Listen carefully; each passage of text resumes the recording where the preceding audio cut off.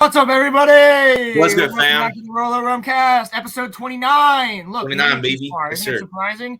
No, wouldn't be able to do it without you guys, but we got a lot of cool things to do today. Yes, he has a peace shirt on. I'm still getting used to this. He's got a peace shirt on. I have a technical peace shirt on. I just don't have a peace sign on it, but they make peaceful music. So let's get into it. We got some cool topics for today. We're going to talk about the Spider-Verse trailer. We're going to talk about Blue Beetle. We're going to talk about WB's Harry Potter announcement. We're going to talk about Lord of the Rings and the Rings of Power. Oh, believe me, that's going to be a fun one. And then we're going to answer the polls that we put up, Roman put up last week for you guys. And we're going to react to those because I think that's going to be really interesting. And I only know the topics, so I've not seen the percentages. And then after that, we're going to get into a really interesting music topic because we feel like we need to talk music. And it's going to be one of the most impactful albums of all time that actually changed music. So I think that'll be fun. Yeah. So without further ado, Roman, you want to get into Spider-Verse? Oh, yes, sir. So in case you all haven't seen, Across the Spider-Verse had their second official trailer drop, and there were a lot of cool moments. There were some that, like, for my taste, were, too much when it comes to kids. But then I think the moment that everybody is, talking about, and if you're watching on, the video, I want you all to see if you can see who is actually who here, because this is really interesting. This is from the trailer. It's all of the Spider-Men pointing at each other, and it's like super funny.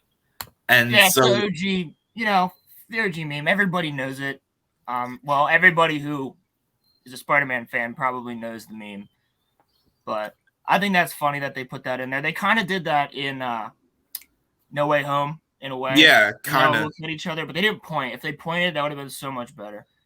But that's a lot of Spider-Men. There is like rumored to be over like 200 in this movie, which is actually wild. And I'm cool with that. And about 40% of them are made up only for this movie. So, like, I'm seeing Noir again. So I want to point out this picture here. I don't know if y'all can see, but that is the OG comic. That is the OG show, and then you see the video game one. And I don't know who that guy in the middle is, though. That is the Spider-Man from Spider-Man Unlimited, which was a show where I know the comic book run. It's a show where Spider-Man went into outer space, and that's where he just became like a freaking god at the end. Like he was like a cosmic being at one point. Like he was basically like, better than Captain Marvel. The bestest ever, Captain Marvel. But I think that this movie is not really going to be about Miles. It's going to be about all of the other Spider-Men. And Spider-Man 2099. Bro. But hear the cyberpunk music. But see, I think that he's a red herring. Now, I think that he's going to be like not quite fully a good guy.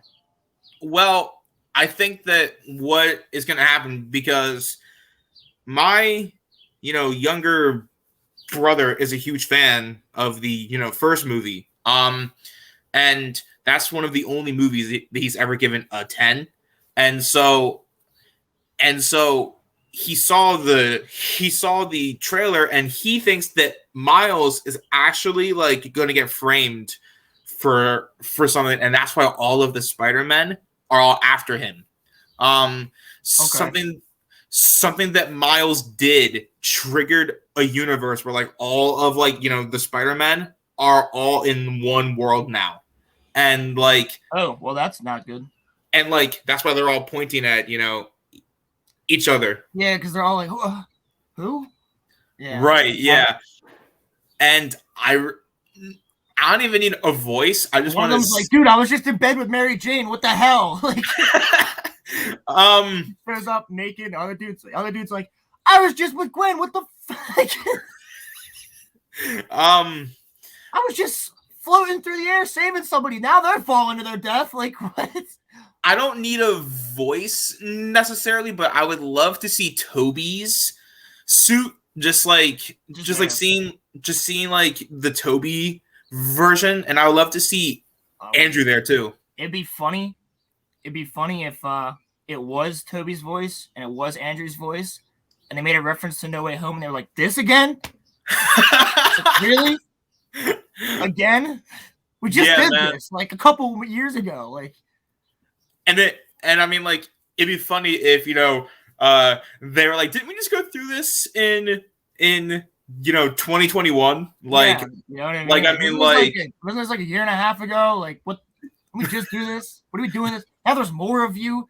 Like, that actually be kind of meta, but then that would prove that Miles is canon to the MCU, which they want to try to bring Miles in canon. Toby and Andrew aren't part of the MCU. They were just there. Sony literally like lent them to them. They were like, "Here, you can borrow these characters, but you're giving them right back after this." Yeah, because like technically Sony owns all of the rights to Toby and Andrew's movies. They own all the rights to Spider-Man in general. Yeah, actually, like that's why they erased everything at the end of No Way Home. That's why he has a whole new life and a whole new world, because Sony's like Tom Holland. Screw Disney. Come here. Come hang out with us at Sony. Spider-Man's actually borrowed. He's not technically part of the MCU. So he's a Marvel property, but Sony owns it, and he's the most popular comic book in the entire world. Has been the most selling comic book in the entire world. Batman right under him. He surpassed Batman about 15 years ago, though. And I think he's been the longest running comic book, Spider-Man. So he has the most cells in the entire world. He's not the longest running, but he's been ever since the 70s. He's been the highest. Everyone knows Spider-Man and Batman, but knowing somebody, well, not knowing specifically, but watching Nerdrotic all the time, and he used to own a comic book shop. He has the actual statistics as somebody who ran a comic book shop for 15, 20 years, right? And he's like, listen, every time Spider-Man came in, I'd have to order new Spider-Man books 2 days later. They were flying off the shelves. Every single time we got Spider-Man in, gone. I'd have to get more. Because Batman too, but Spider-Man was the best seller. Yeah. Of all time. And I think he's a more accessible type of a superhero. Well, I think Batman's very accessible, but it's just they're kind of equal. Spider-Man's just a little bit higher in sales. I think so. And popularity. And I think Sony, they're being smart. We're not giving this up, dude. We can make Tom Holland's young. We can make Spider-Man movies for the next 20 years if we want to. I can't blame Sony either, because they're literally sitting on a gold mine. It's Morgan time, dude. I just hope that if they put Spider-Man into Venom 3, I hope that they don't just fire Tom, but it's probably gonna be Andrew. Probably.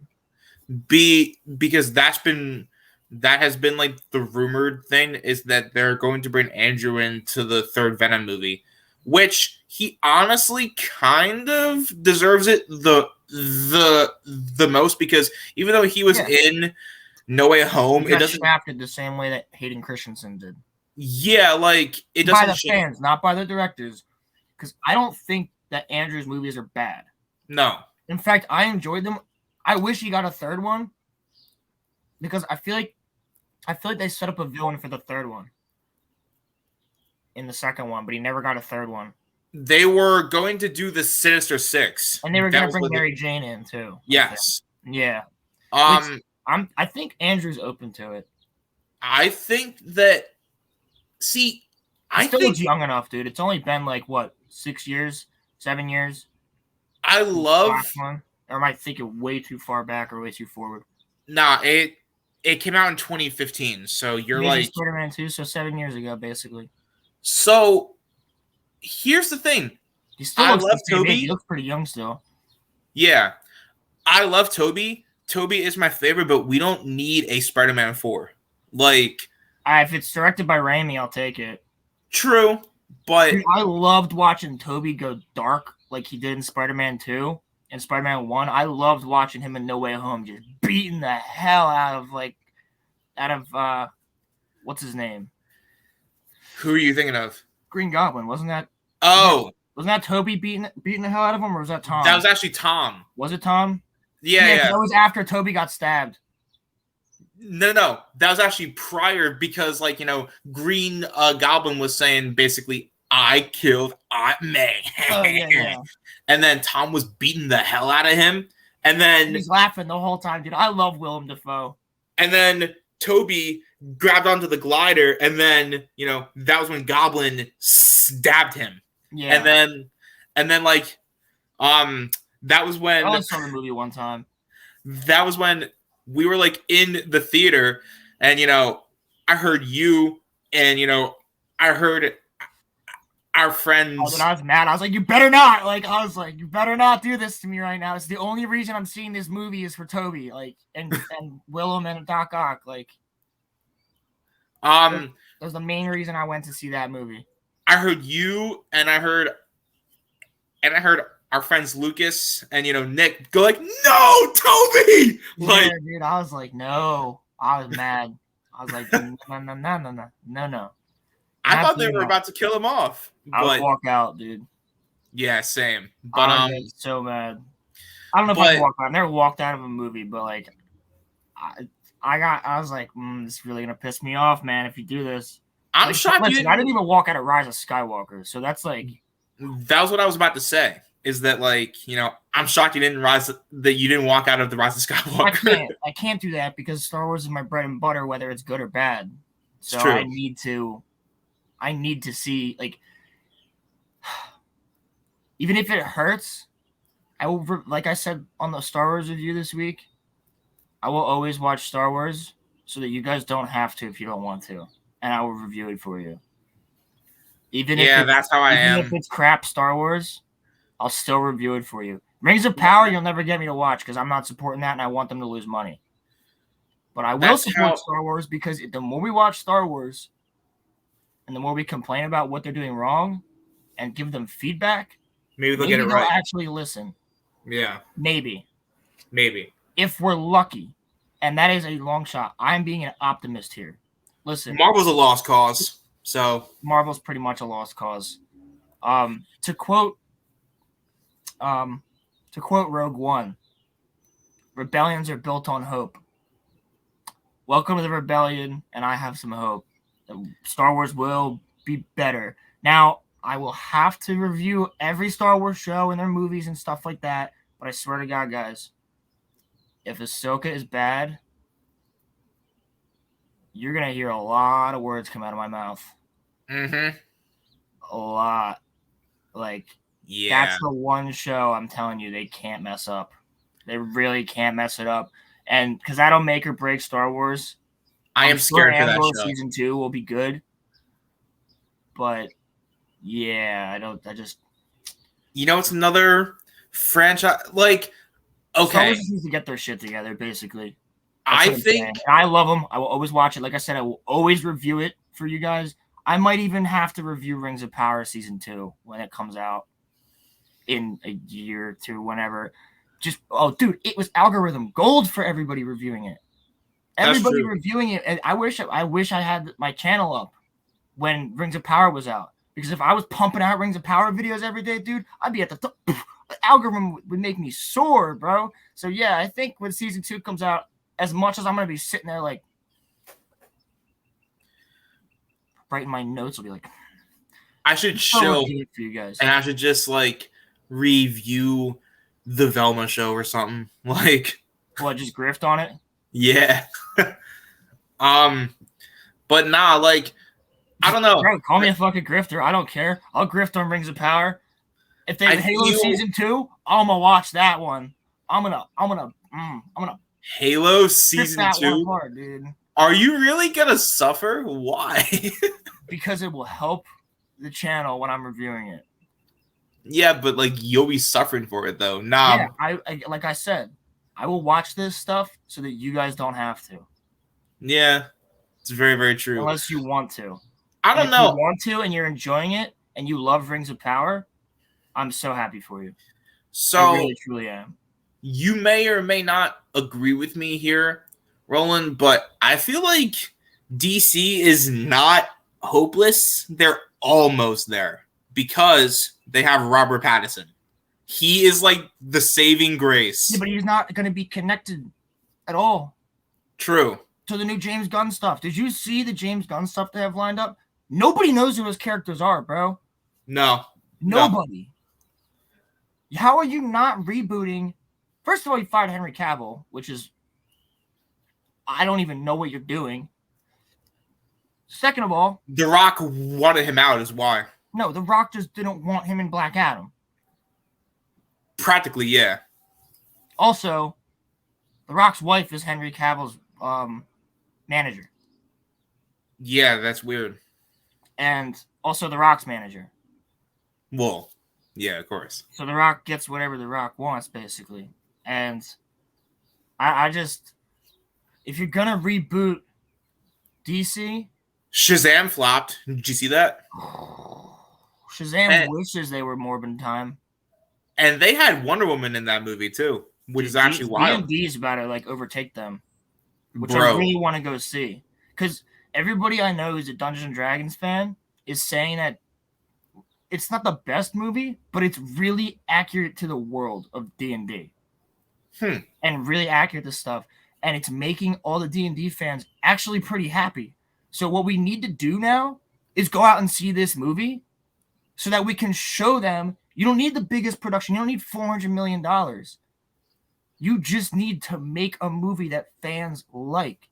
And if we don't go out and see this movie, they're going to think it flopped. It doesn't have to be the best movie either. Another movie like we're not. That's why we keep getting these movies. We're going to get a Captain Marvel that's like $400 million that no one cares about.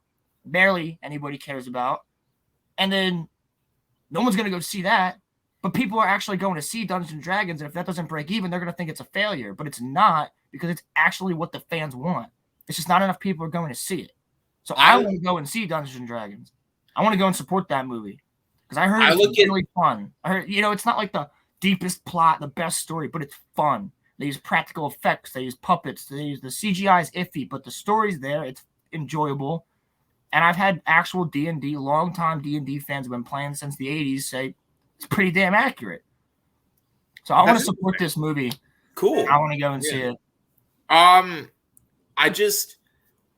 am scared because so DC fans are at war within each other because, and now me, I am neutral because I'm just reading comics. I don't care about the whole movie drama, but there's the James. Yeah, you care about the Flash drama, don't you lie to me? I care about the character. About the movie drama, don't you lie to me? I care about the character. I don't care about the fan drama. But there are the Snyderverse fans, and then there are the Gunn fans. Shout out to actually Snyderverse. When that came out again, when they came out with the Snyder Cut, a large part of that was because of Geeks and Gamers. Yeah. Did you know that? Yeah, I know that. They got Zack Snyder on there, and they boosted it. They boosted it as much as they could. And then Zack Snyder was like, oh, yeah, just so you know, I'm not associated with any of you guys, and I can't talk to any of you and all this other stuff. And I was like, whoa. That was you can tell that WB was behind him, don't talk to these fans and stuff like that. But they single-handedly got the Snyder Cut, to really gain traction. And it was so much gotten the Snyder Cut if it wasn't for them and a lot of the other fans who talked to Zack Snyder directly about it. And I personally liked the Snyder Cut a lot more than I liked. Enjoyable. Yeah. But my whole thing is, so there are the Snyder fans and then there are the, Gunn fans, and basically what's happening now is that Snyder fans are tanking all of these DC movies until Zack Snyder takes over. I don't think that's entirely true. I think at this point, a lot of them have just given up on it. That's true. Because I've seen a lot of people just say, dude, he's not coming back. He said he's not coming back. Like, stop. It's the same thing when people say, like, George Lucas is going to come back for Star. No, he's not. Gina Carano's coming back. Not right now. Like, you can say all this stuff that you want. Like, but it's not going to happen. Oh, don't worry. Henry Cavill will be back for the No, he won't. No, he won't. He's too busy with Warhammer. Like, which was probably going to be awesome. And I've never played a Warhammer game in my life, but is that going to be a show? Yeah, it's produced and partially directed, I believe, by Henry Cavill. That's awesome. And he stars in it. That's awesome. One of the characters. And he's been playing Warhammer for 35 years. That's awesome. So, like, dude, there's like thousands of books. Like, I don't even I'm going to watch it just to, like, help him out. Just to, like. Dude, Warhammer's crazy. I've never heard. Everything I've heard of it is wild. Well, I would just look into it a little bit, but every single thing I've heard about Warhammer, I don't even know how to start to explain it, because there's Warhammer 30K, Warhammer 40K, which takes place like in space in the future. There's like, it's crazy. There's like all this nutty stuff. There's the God Emperor himself of humanity, and I feel like that's who Henry Cavill should play. Like, what? But dude, it's got some crazy lore. Like, it's nuts. I don't even know where to start to explain Warhammer. If you want to look it up, good luck in trying to start somewhere. But I just feel like the problem here is that, like, there are not enough fans that want to continue to watch these movies because they feel alienated. And take no further example than if you look onto the comments on the Blue Beetle trailer. I was going to say, it's a perfect segue to the Blue Beetle trailer. Bro, the comments ratioed it, bro. Like, it's wild. You're going to turn the comments off, I guarantee you. By next week, comments will be off. By next week. But the thing is, though, in Batman is a fascist. Okay. Nobody knows who Batman is. First of all. In fact, most of the people in the DC universe think he's a myth. Mm-hmm. Yeah. So they end the trailer with that. And I think the Blue Beetle suit looks okay. Batman is considered an urban legend, though. Yes. Yeah. See, like, I'm a Blue Beetle fan. Like, I loved Blue Beetle when I was a kid. I like him now. I knew him in Batman the Brave and the Bold. Zolo Maraduena from Cobra Kai playing him. Yeah. I think that's great. And then I thought some of the CGI was weird. I loved the scene towards the end of the trailer where he, like, forged the giant-ass Buster sword. Like, yeah, bro. Sick. That was sick. And the suit is okay, though. Things that I thought was so dumb, like cutting that bus in half. He would have at least cut someone's leg off, cut somebody's arm off, cut a dude in half. Because how many times have you been on the bus when someone's just standing right in the middle? I ride the SEPTA bus, yeah, man. That's what I'm saying. It happens like all the time. A lot of times, someone's standing right in the middle, just holding the pole. So they've gotten sliced in half, not to mention burned at least. So that makes no sense. And then at the end of the trailer, he's like, "Oh, look, Batman equipment," and George Lopez is like, "Batman's a fascist," and then it just ends. So, what a way to end your trailer, to instantaneously turn off 75% of your fan base. Which is just Batman fans. You instantly just pissed off so many people, right? Which is ridiculous. And then it's just a stupid way to end the trailer. They should have ended it with him spinning the sword, and that was it. You need to put that in there, because by putting that in there, people are instantly going to go. Well, and the thing is, I did learn that George Lopez's character is like a crazy uncle who's a conspiracy theorist and all this other stuff, but that's not explained. If they had put that line in the middle of the trailer, it probably still would have gotten people riled up, but it wouldn't have been as bad if that's how you end it. Because the fact that you're ending it like that is like, we're never going to piss you guys off. Why are you trying to piss off your fans? Why are you like attempting to do that? And I could try and find it on Twitter, but when I saw Ryan from RK Outpost and Jeremy from Geeks and Gamers, they do their daily show, and they watched the trailer, and Ryan got pretty riled up, as he does, about the whole blue, like, fascist Batman thing. And he explained all that. He was like, No one knows who Batman really is. A lot of people think he's not real. How would you even know he's a fascist? It doesn't even make any sense.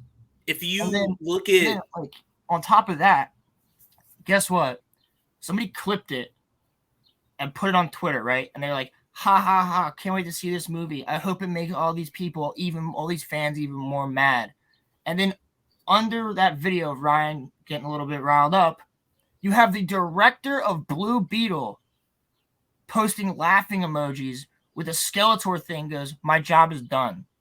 Yeah, bro, you're not going to have a job because this movie's going to flop, and freaking James Gunn wants nothing to do with the Blue Beetle in his universe. It's a shame because you're the director of the movie, and you're happy that you purposely put this in your trailer to piss people off. Not only Get that, out of here. I'm not going to see Blue Beetle now, and I'm a Blue Beetle fan. Blue Beetle's a cool character too. That was the one DC movie I was planning on seeing, and now when you just gave the middle finger to most of your fan base, and you're laughing when people are calling it out, and you're going, haha, my job's done. I love pissing off fans that are hardcore fans. Fuck you. Part of my friends, fuck you. I'm not watching the damn movie, and no one's going to hire you after this. You better go start getting on food stamps. At least Rian Johnson didn't, like, laugh at the fans. Rian Johnson kind of did, but he didn't straight up go and directly take a video from YouTube of someone reacting to it and laugh at it. Right, yeah. My job is done here because people are pissed off at you. Yeah. The job is going to be done, bro, because you made a movie that, like, why is it so hard, Roman? And I was looking forward to the Blue Beetle movie because, like, he's one of my favorite characters. Yes, and I freaking think he's so cool. Yeah. I love that he's not like an adult. He's not quite a kid. He's like, probably around like 18, 19. Like, he's just, but I'm tired of origins as well. I don't need to see his origin. Like, show it in like the first 10 minutes and then like time skip to where he's just a badass. The thing is, though, too, I'm tired of origin stories, dude. I've seen Batman's parents get shot like 7 times. Like, I think, and that's only right action. I think the thing is that I know I'm, gonna sound like a super nerd here, but like lore matters too. Super nerds here. True. The fact is that 60% of the people that live in Gotham do not think that Batman's real. Yeah, they don't even think he's real unless they see him. Right. So like the thing is, how would someone who knows nothing about Batman or who shouldn't know anything about Batman? Maybe he heard of him as like a legend, like we've heard of, like, like Bigfoot. Or Batman is an urban legend. That is what he is to most people. Yeah. So like, he's only in Gotham, dude. He's not going all over the planet and all over the world. Not yet. Like, he's right. Eventually when the Justice League is formed, and then everyone knows who Batman is. But at this point, nobody would know.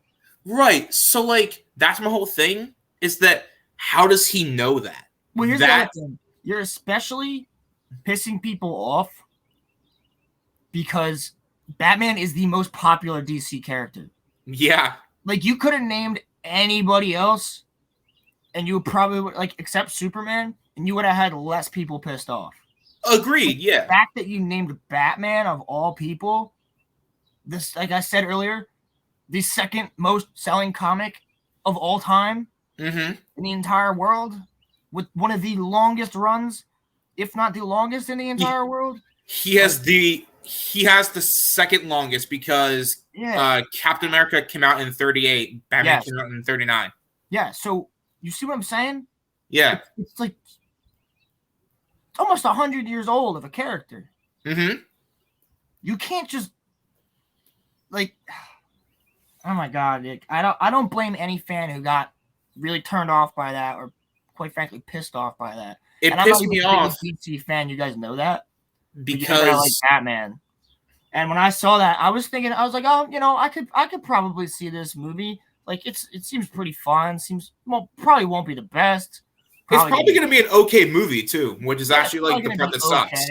Yeah. if they had said beforehand what they came out and said afterwards, like, oh well, his grandfather's like, or his uncle's like a conspiracy theorist. He says all this stuff about people, like about all these different superheroes. Yeah, but that's still not a way to end your trailer.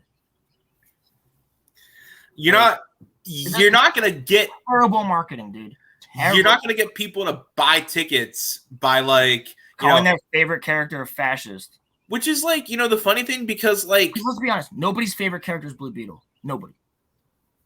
I don't know one person who's like, Blue Beetle is the best DC character. He's better than Superman and Batman. And there's a lot of Superman fans, but it's mostly Batman. Yeah. Yeah. Mm-hmm. And I mean, I can say this because before any other superhero, Batman was my like one. Like, mine was Spider-Man. Yeah. I used to get the Spider-Man comics in the newspaper every week. I was playing Batman Rise of Sin Tzu when I was like 1 year old. And the thing is, Batman is like he means something special to me. So I really am glad that so you're telling me you're a fascist then? No. Like, the thing is, I'm really, really glad that y'all didn't see it, but like, I wanted to throw my phone against my wall because that insulted me, because anybody who knows Batman knows that he means so much to not only thousands, but millions of people. So probably billions of people. Yeah, you literally alienated billions of people from seeing this movie. There's 7 billion people on the planet. I would say at least 2.5 to 3 billion know who Batman is. Right. Yeah, exactly. And if you count all the European countries, the Asian countries, and the Americas, in every country that's like a first world country, he's the second most popular everyone knows who Batman is. As long in the as whole you're not world. Going like to the Amazon rainforest, they might even have a Batman shirt down there, because a lot of the times these people who don't have technology and stuff like that, they're getting shirts and stuff. They still know what a Batman symbol is. They still know what a Stormtrooper helmet is. I've seen like social workers and whatnot in Africa, and I see little kids wearing a Darth Vader shirt. They have no idea who he is, but they're wearing a Darth Vader shirt. Yeah. You've never seen the movie. Like it's interesting, dude. It's like these are like timeless movies that you can't. I might sound like a softie, but like it kind of hurt a little bit, because like you sound like a softie. It hurt me with the way they did Luke Skywalker in The Last Jedi. So it's just, so then by them putting that into the trailer, you're basically calling everyone who's ever loved Batman a fascist. Then is kind of like basically what you're saying. You're at least insulting them. Yeah, like at least saying, "Hey, your favorite hero is a fascist," which is just not true. But and if it was in the context of the movie, where throughout this whole movie, he's going like conspiracy theory about all these different DC characters. Yeah, that's fine. But again, it goes back to do not put that at the end of your damn trailer. Yeah, which now made me like, I was gonna give this movie a chance, but now no. I don't know if I will. I need to see a second trailer that doesn't end like that, and I need to see some reviews. You know what? They are gonna end it the same way, because that was exactly what the director wanted. Because dude, these directors and these actors just need to shut up when they're waiting for their movie to come out. Just shut your mouth. Don't say any of your social justice bullshit. Don't say any of your crap that you want to. Well, this is for this people, and we need to be more this, and we need to be more that, and people are finally represent. No one wants to hear that. Put your movie, because the people that do want to hear that are not spending money to go see your movie. That's true. They're not going to see it. Why? There's a lane for that stuff. Why do you think these movies flop? Because you have people coming out going, like, talking about real world shit or social justice shit, And nobody really wants that in their movies because movies are escape. And we've had this conversation so many times. I don't know why they can't get it through their head, because these people on Twitter or the internet that want to bitch about this, they're not going. They're not going to see your movie. They're just doing it because they believe that this is the way it needs to go and this, that, and the third. But they're not really fans. They haven't read the comic books. They haven't watched all the movies. They're just mad about it to be mad about it. Mm-hmm. And that's why these movies are flopping, because you're really alienating the people that would go and see it. You make a badass Shazam movie, people are going to go see it. You make a badass freaking Blue Beetle movie, people are going to go see it. Right. And this was the best chance to showcase him and make him a mainstay. Yeah, but DC needs to get their shit together, man. They don't care. Their past few movies are just flop after flop after flop. It's not even that, bro. They still have Ezra Miller as, part of their payroll. Which I actually heard that movie is really good, but I just not going to see. Oh, it's 117. Master Chief. I have morals. I can't see it. I'm not going to see it. I'm not going to see it. I want to as a Flash fan, but I can't. I just can't, because Ezra Miller is being supported on some executive's lap. Nah, it's like Quink ass. I can't give money to Ezra Miller. I just can't. No. It's okay. I'll just break into someone's house and steal it anyway. He just sees his podcast, they'll throw a chair through their window and then pick it up and throw it at a woman, and then go and steal all the cash and their alcohol and leave. And then make a video in his car about how he's going to take some little girl to Montana and groom her. Not only that, but he'll make sure to take every single one of the neighbors' his daughters too. That's what I'm saying. And then he's going to take them up to his little cult compound in Montana. I'm sure the Amber Heard's there too.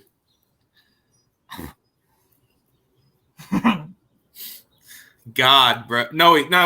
Sorry. The woman formerly known as Amber Heard. Yes. That's her name now. Because she's Amber Turd. She pulled a prince. She was like, did she really do that? Did she really say that? So she put onto her Instagram, I am no longer Amber Heard. I am the woman formerly known as Amber Heard. And people don't think she's insane.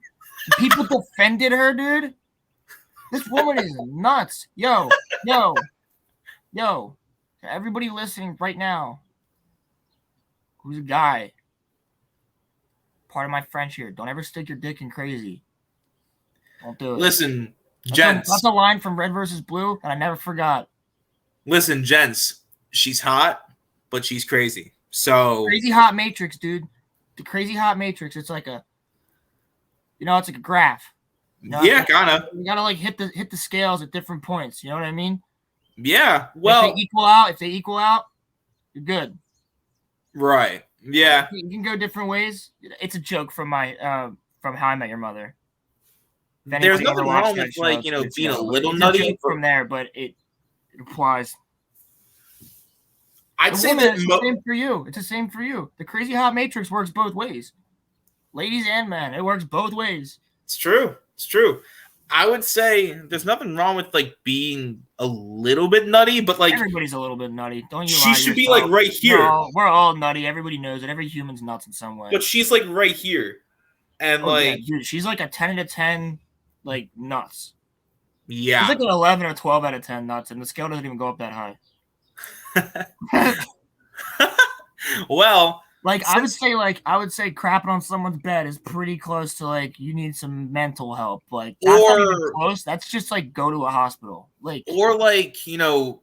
Basically bragging about how no one's going to believe that she hit a person because she's also a woman. Which and then little does she know. How do we always get on Amber Heard shit? I don't know, dog. I guess because we're Johnny Depp fans, but since we're on the topic, Sea of Thieves last night for the first time in a while. Word, felt so good to hop back in that game. Sorry, you just reminded me because of Johnny Depp. That's fine. So since we're on the topic, I guess we can talk about the people that own DC. WB has recently been, up to stuff. Yeah, this is pretty cool. Yeah, so they WB's want Harry to. Potter announcement. They are very, very close to bringing Harry Potter back in some form or fashion. So here, let me read an article here from Forbes. Well, before I read it, let me see. Before you read it, when it loads up here, if it wants to, come on, StreamYards. So, I wonder if this is the same one. Discovery isn't dealing with it. You want to read it? You want me to read it? I can read it. I'm feeling good. This is a different article than I saw because there's more details than this. Because so the headline for those that can't see it says, so many things can go wrong with HBO's Harry Potter show. There have been rumblings this was happening for a long while now, but it appears to be close to fruition. A new Bloomberg report says that Warner Bros. Is nearing a deal which would bring a new Harry Potter TV series to HBO Max. And yes, this is a reboot. No more Fantastic Beasts. No show about everyone's kids in the future. This would be heading back to the original books, original films for a redo of the original 7 stories, which, according to this, would be a 7-season run. I'm so cool with that, dude. So real quick before we continue, if you can get, 11-year-old actors, the problem here, no one's gonna have a problem with like them rebooting it. Because here's the thing, J.K. Rowling is apparently attached to it and producing. If this happens, she's in talks for being a producer and director for it. So if they do this, say they get all the 11-year-olds, for like year 1, right? That's going to be usually fine as long as they don't drastically change the characters. I think it'll be cool because then you can do what Game of Thrones did. Every season, just keep going. And the kids will age up with the show. Right. You know what I mean? So by the 7th season, they will be 17 or 18, which is the perfect age for the last book. And in a show, let's say it's 10 episodes per season, right? Right. You could flush out so much more of the books that were left out. Like Goblet of Fire has so much left out of it, but in show form, you could easily do it all. Exactly. Yeah, right. And not only that, I think the main problem here is you'd have to recast Robbie Coltrane and you'd have to recast Severus Snape. What's his name? Oh Alan Rickman. Alan Rickman. I literally almost said Alec Baldwin and I would have hit myself. Yeah, so that would be the problem. R.I.P. to both men too. Even McGonagall. Yep. Because she's old. Yeah, but no, I'm saying they would have to recast all of them, and I think that might be their biggest problem because people aren't you'd have to get a really good Hagrid, a really good Snape. It would have to be some really good people, and you cannot change the character at all because a lot of Harry Potter fans, whether we like to think so or not, have not read the books. A lot of them are movie people only. So that's true. If we're gonna make this show, I think that's going to be the biggest problem with you. I don't think it's the kids. I don't think it's any of that. I think there's definitely going to be some people out there that if you were to race swap a character or gender swap a character, which you should not gender swap a character. Race swapping, don't really care that much. I don't think it fits because we already have characters of all different races in Hogwarts. I don't see why you'd have to change one of the main 3, which I don't think they would do. And I think that would be a big problem for a lot of people as well. Not myself particularly, I don't think. Depends on who the actor or actress is. But I think if they got 11-year-olds that went just every year, boom, boom, boom, boom, boom, boom. I think kind You of like would what have a happened. great 7-season show, dude. You could do a great 7-season show out of that. Kind of like what happened when we were growing up. We grew up with, Daniel Radcliffe. We grew up with Rupert Grint. We grew up with, Emma Watson. So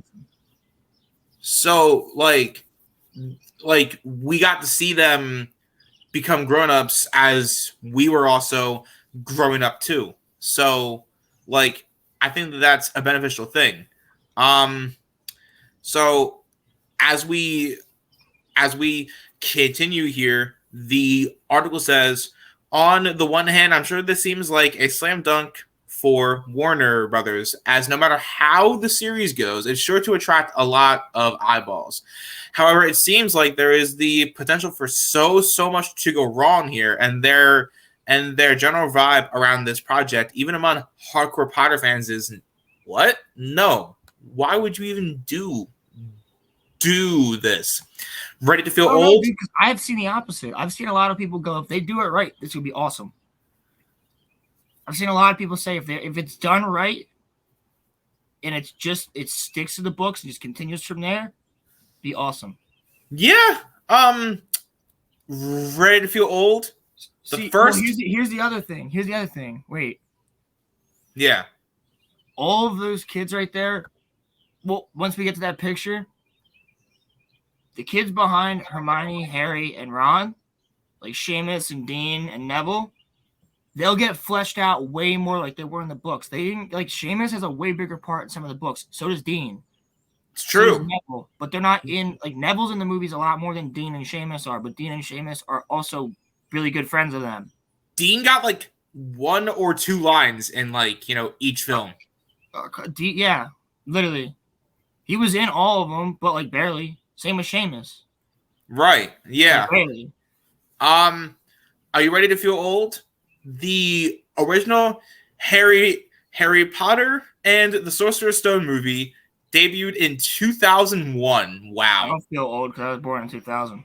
So it's not like it was just yesterday. However, Harry Potter and the Deathly Hallows Part 2 was 10 years later in 2011, and that is getting a lot closer.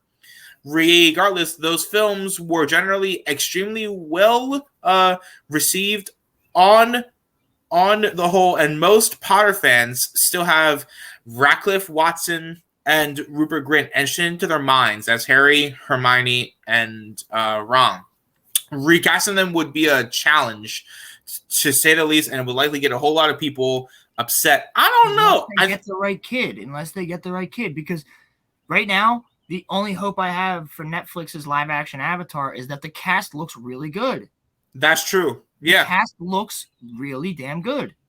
Right. So if the story's there and they actually do The Last Airbender correctly, which I have I have a little bit of hope for it because of the way the casting is. I have no hope that they're going to get the show right because Netflix always has to mess up every single live-action adaptation that they make. Shout out to Cowboy Bebop and Death Note and Bleach. But I'm just saying, if they get the casting correctly, people might be like me, where I'm like, that looks pretty damn good. It's true. Because I like the casting for The Last Airbender, so until I see a trailer for it, I'm not judging it. Because I'm like, the casting looks pretty solid. Like Katara looks like Katara. Iroh, the guy playing Iroh is in Mando. He's the X-Wing pilot, Carson Tever. Mm-hmm. He's a great Iroh. I think he'd be a perfect Iroh. Same. So yeah, I think it just depends on the casting first. As for J.K. Rowling, who has self-destructed her public image thanks to a seemingly endless string of controversial No, we talked about this. That's misconstrued. Would indeed be involved. She made one tweet years ago and then defended herself in the show in some capacity, more so than she was with Hogwarts Legacy, the recent video game, which also attracted loads of controversy. Here, the report says that Rowling would be involved in the series to ensure that it remains loyal to her original material, but she wouldn't be there day to day or be its primary creator or show runner. Showrunner. Yeah. the show's development is certainly not surprising, but I think it's going to be an enormous challenge to get this right. Hogwarts Legacy, at the very least, attracted an audience of diehard Potter fans who have been waiting for a sprawling Potterverse RPG for 2 whole decades, and the game was actually quite good, but it was also very disconnected from the original books. Whereas this it was 100 years before the original books. That's how they did it, because it took place during the Goblin Rebellion, which is mentioned in the books. Oh God, I see Rings of Power on here. Avert your eyes. Whereas the show is about to recast 3, avert your eyes, beloved actors to make the show. It very much reminds me of Amazon's Rings of Power, which I suppose was not a remake of The Lord of the Rings, and yet it's the same idea. People love this IP as a blockbuster movie series, so surely they would love it as a blockbuster TV series. Okay, you're not paying attention, Forbes. Hold on. Forbes isn't paying attention because WB is talking about making it exactly like the book. Right. Now, we heard that from Rings of Power, but they had a book that was 200 pages to work with for fucking 5 seasons. Again, pardon my French, I'm sorry. I can't stand Rings of Power. For 5 seasons. So, how are you going to turn a 200-page history book? I have it right here. Look at this. You're going to turn this into 5 seasons. How many pages are in here that aren't the appendices? Look, page 400 something. This is all indexes. These are all indexes of names. They have about 250 to 350 pages to make 5 seasons out of. There's no dialogue in this book.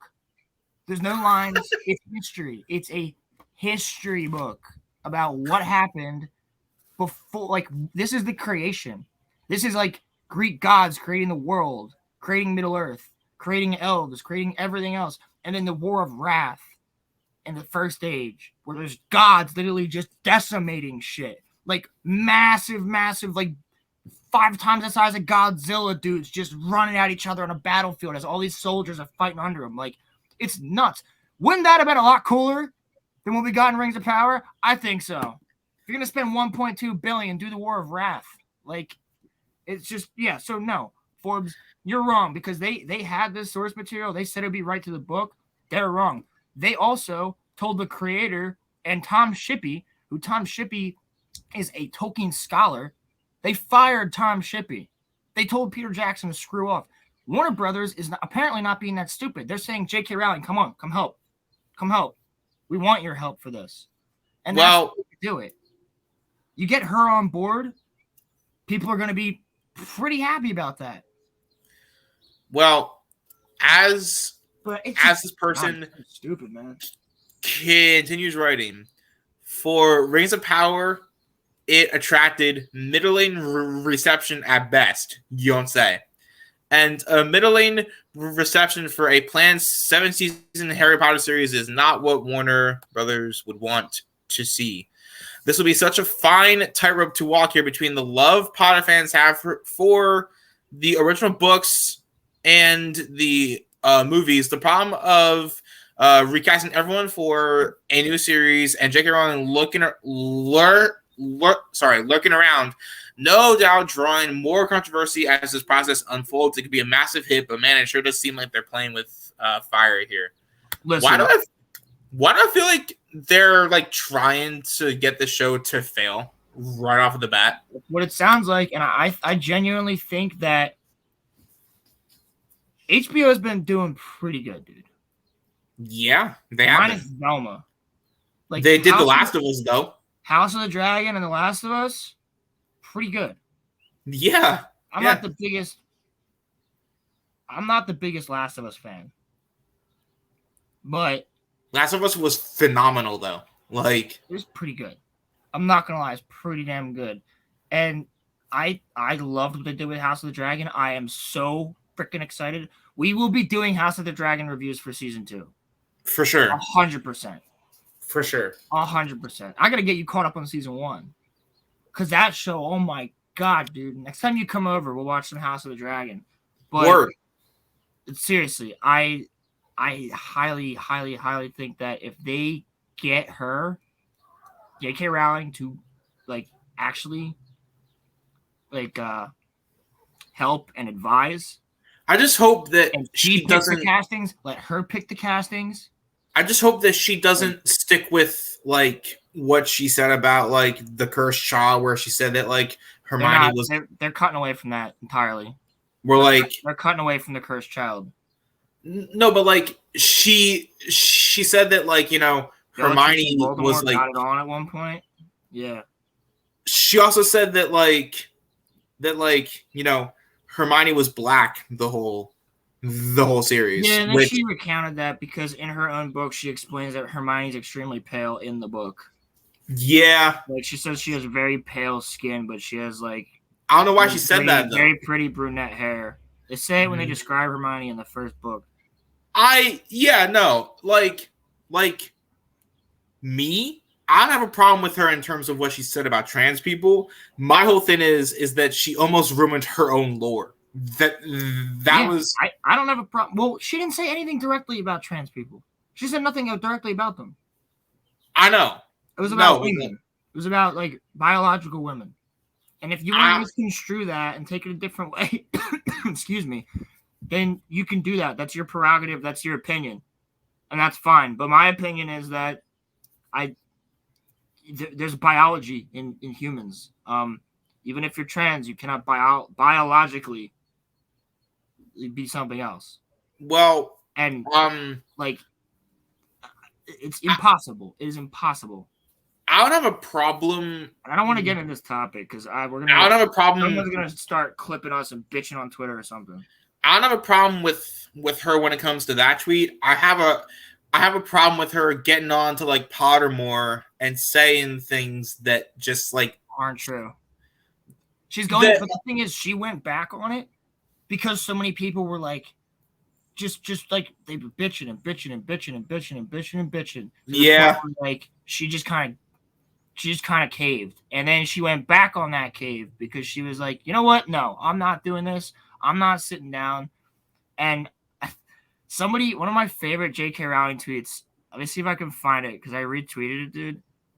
Oh my god, it is so good. But continue while I find it real quick.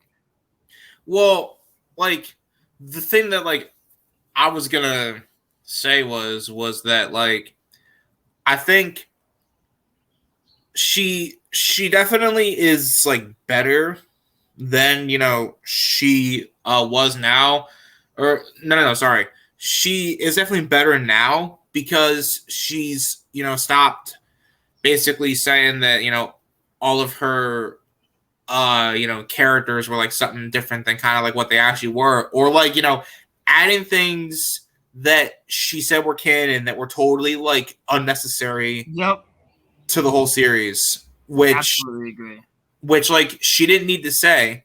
And so that is my only thing, is that like I'm worried that she's gonna add stuff that doesn't need to be there, and I'm just worried that she's going to be too much involved to the point where like she'll go crazy and she will let what happened with the cursed child happen all over. But I'm giving her the benefit of the doubt here because she can't do that much damage. So when J.K. Rowling tweeted this, dude, I instantaneously had to retweet it. I was like, this woman, she's done. She's done with their shit. She goes, I'm deeply amused by those telling me I've lost their admiration due to the disrespect I show.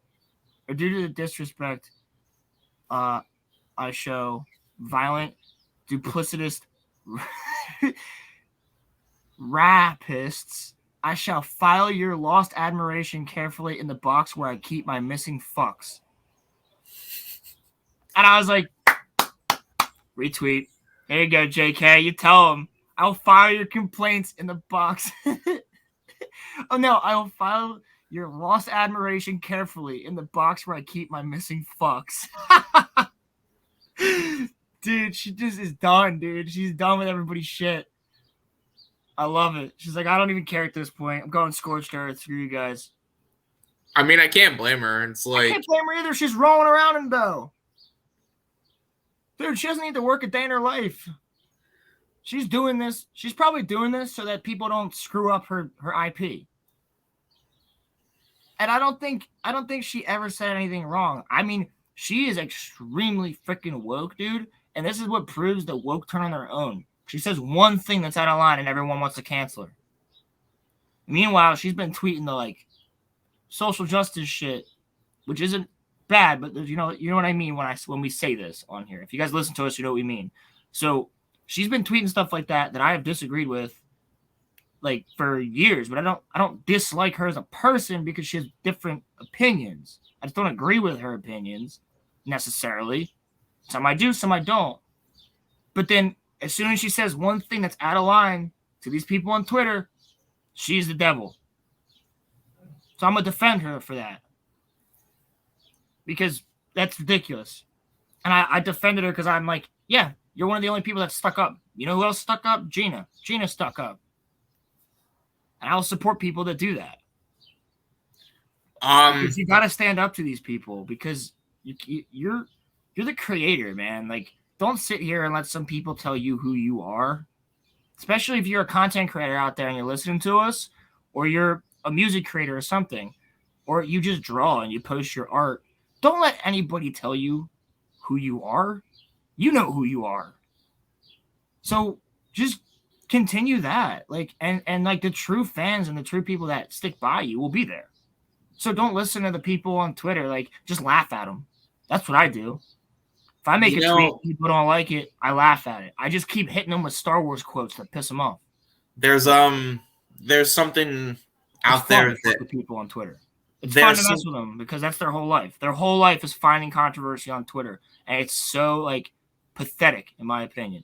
There's something out there that we cannot defend, and I think it's time that we finally delve into it. I think it's time that we give. Shall I pull my articles up? That we give an elongated look at the show that, you know, the show Amazon, that we all have come to know and love as Amazon's Rings of Prime. Amazon took my comment off of IMDb. I gave the show a 3 out of 10, and they took my not allowed to give it anything under a 6. If you look at the reviews, nothing is under a 6. None of them. Nope. None of them. Mm-mm. Disney Plus doesn't even allow you to rate their shows, I don't think. No. Because they know. They're like, She-Hulk. She-Hulk would get a 2. We can't have that. You know, Hawkeye really wasn't that good. Moon Knight, we kind of just made him not canon. Yeah, we probably should. Oh, Kenobi. Oh, yeah. No reviews for us. Which, doesn't that kind of take away from like the whole power of the people to kind of talk and say, you know, what they think? I think that's like the beauty of it is that like, well, it's the same way. It's the same way that they turn comments off on trailers. Yeah. You can go look at the Little Mermaid trailer. Comments are turned off because it looks terrible. And the problem isn't that they race swapped her. The problem is the movie just looks terrible. Yeah, like Pinocchio looks horrible. I don't care about the race swap. It's just that, like, dude, the Pinocchio movie kind of pissed me off with the trailer. I don't know if we talked about this before, but this is a great point of completely telling fans to screw off. I used to watch that movie when I was a little kid all the time. You mean the Peter Pan? Oh, right. The old, like, they're making a live action one. It's going straight to Disney Plus for a reason. They're not putting it in theaters? No, because they know it's not going to do well in theaters. I don't even know why they're making it. That's funny. So, dude, when they first show up to Neverland, Wendy's like, all these kids come up. They're like, "We're the Lost Boys," and she's like, "Well, you're not all boys." And these two girls come up, they're like, "So?" And it's like, are you missing the complete point of what the Lost Boys are, the whole point of the story, the moral of part of that story is that Wendy is motherly. She is like a mother figure to all of these lost little boys who have nowhere to go. And they literally state in the book that the boys fell off boats going to England and whatnot, and because boys are reckless little kids. Girls are a little bit smarter little kids. That's literally what the point was. And these boys would fall off and end up on Neverland, right? So now there's the lost boys. It's only boys. She's the first girl they've ever seen other than their mothers that they lost. You know? So she becomes their mother figure.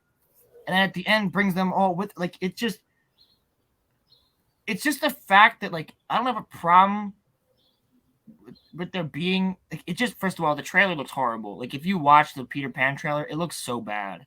If like, you're going to make them, if you're gonna put girls in it, call them the Lost, like, Children or something. Don't stick with, like, the Lost Boys. No, like, they did that for the sole reason that they could have the line where the girl was like, "So what's it matter if we're girls?" Like, it's like, dude, you're like, oh, you're getting so out of point here.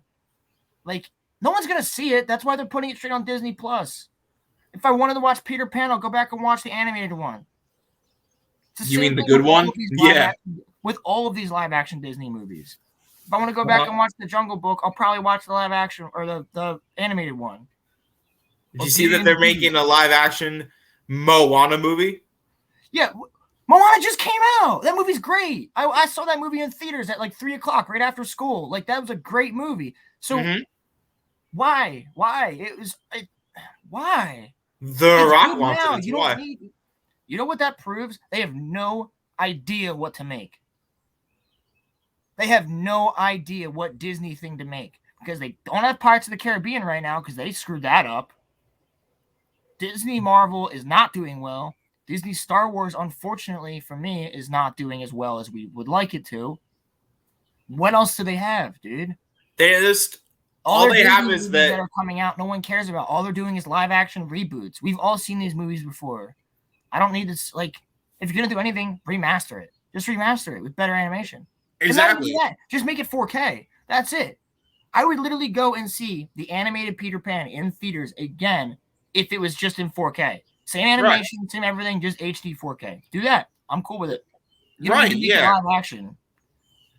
Or it's like how, like, they remade The Lion King. They, remade, like, Mulan. Like, why? And then, like, my whole question is, who was asking for a live action Moana? Nobody, because Moana's great on its own.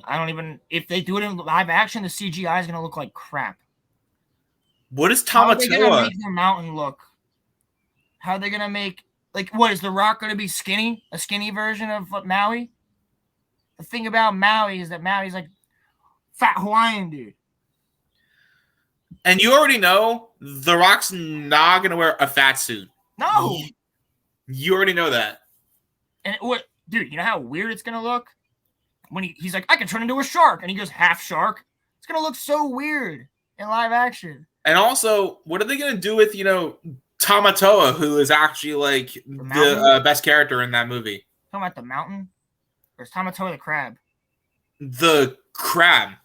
Yeah, it's going to look like a giant version of the crappy crab I showed you from the Little Mermaid, dude. But, like, Moana was fine. Dude, if the live action Aladdin wasn't, like, I didn't even watch it, dude. It looks so bad. The Will Smith genie? Yeah, that movie was so bad he became a meme. Before he became a meme. Yeah. Before he was crying in front of his wife when she was talking about banging his son's friend on live television in front of him. Yo, that's funny. Will Smith, I feel so bad for you. You should have left a while ago. But nah, it's like I don't understand why. Like, I'm telling you, Roland, they're probably gonna remake the Toy Story movies too. They're probably gonna make it. I swear to God, dude. Do not touch Toy Story. Do not.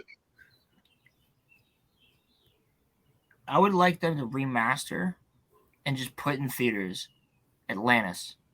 Yes. Don't change it. Don't like change the story. Don't make it live action. Just make me a 4K Atlantis. I freaking love Atlantis. I used to watch that movie all the time. I just watched it recently. It is so damn good. We don't get Yeah. kids movies like that anymore, man. Like I'm an adult and I can watch that movie and go like, this is awesome. Like it is a great freaking movie.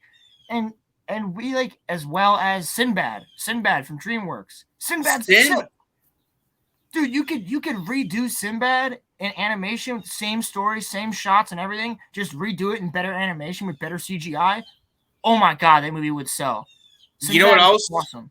would sell too? Which is a really good movie. The Prince of Egypt. The Prince of Egypt. Yes, that's another one, dude. Yeah. Treasure Planet. That was a great time of DreamWorks, dude. That was like peak for me. That was like those movies, the animation style, all of them. There is actually an Atlantis too, and I watched that as well. Not as good as the first one. The first one's awesome. Like, was that before or after DreamWorks did Kung Fu Panda? Before. Yeah, it was before.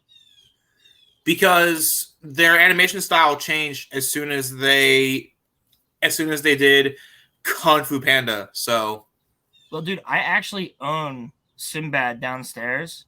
Really?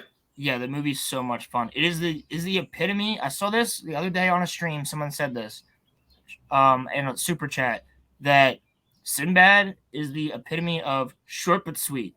It's perfectly short but sweet. It's true. Like an hour and 20 minutes, maybe an hour and a half. It's a perfect little movie, dude, and it's so fun. It is just so freaking fun.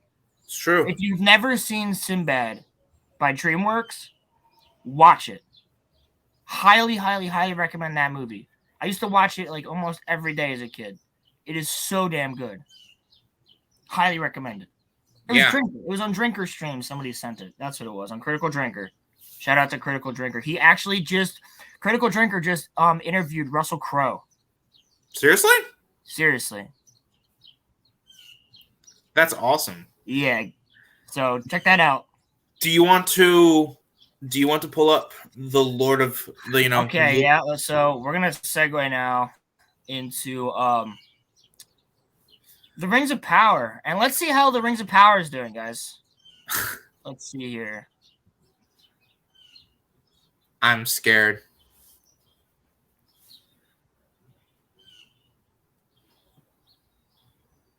You seeing this? Oh my gosh.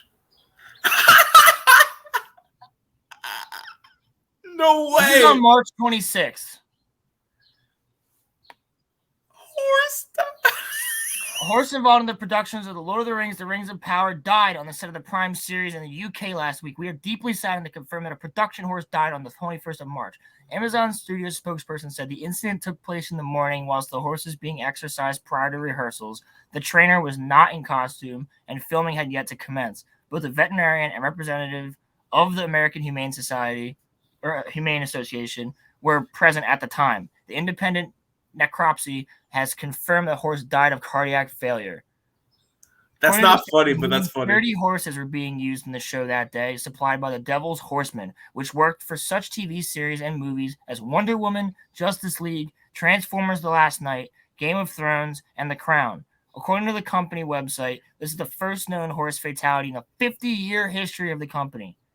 Owned by horse masters Daniel and Camilla Napros and their father Gerard, which is based in the Buckinghamshire and operates in Europe. The horse who died was standing with around 20 other horses when it suffered cardiac failure, sources said. Other horses had started rehearsing at the time, while the group the horse in question was with was standing by. According to the Daily Mail, the horses are being prepared for a battle scene. Everyone was asked to leave for 30 to 45 minutes while the body was removed. After that, work resumed, sources tell Deadline. This is the new horse supplier of the Rings of Power, which moved production from New Zealand to the UK after season 1. So that was the old horse supplier. Right? So a horse freaking died, man. A horse died. And it's sad. It's very sad. but that's to show part of the production value, and the fact that whether you have a vet there or not, I mean, it could have been a freak accident, but at the same time, you can tell that these animals are overworked as well. It's not funny, but it's funny because of how cursed the show is. It's funny because of how ironic it is, but it's not funny at all. And then no, it's not funny. From there, that was March 26th, right? Okay. Let me share this now. Oh, okay.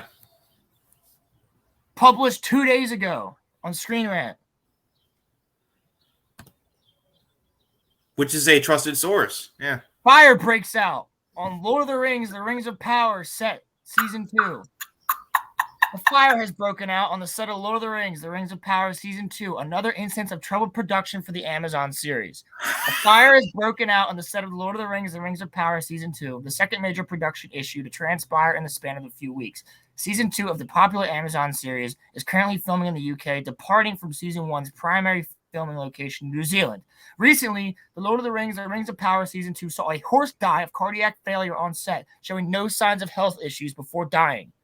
Now Variety reports that a fire broke out on the set of Lord of the Rings of Power Season 2. Confirmed to be an electrical fire, the incident transpired in a warehouse with filming stopping only for an hour. The Royal Berkshire Fire and Rescue Services issued a statement to the UK paper Metro, which can be read below. At 12:26 p.m. on Monday, 3rd of April, we received reports of a fire at Bray Studios near Windsor.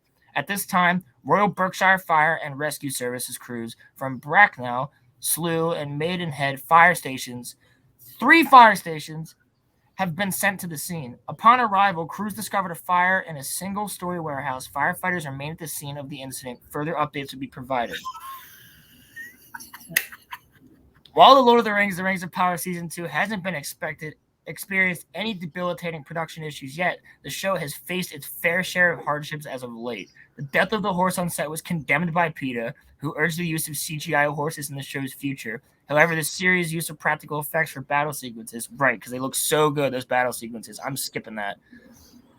We don't need to talk about the horse death.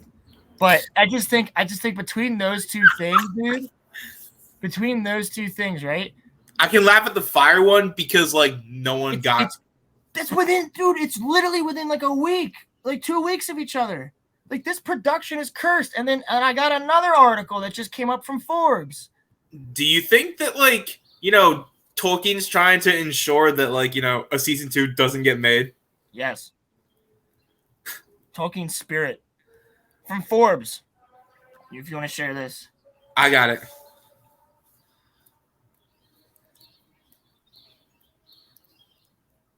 The headline being, The Rings of Power was a massive flop that most viewers gave up on.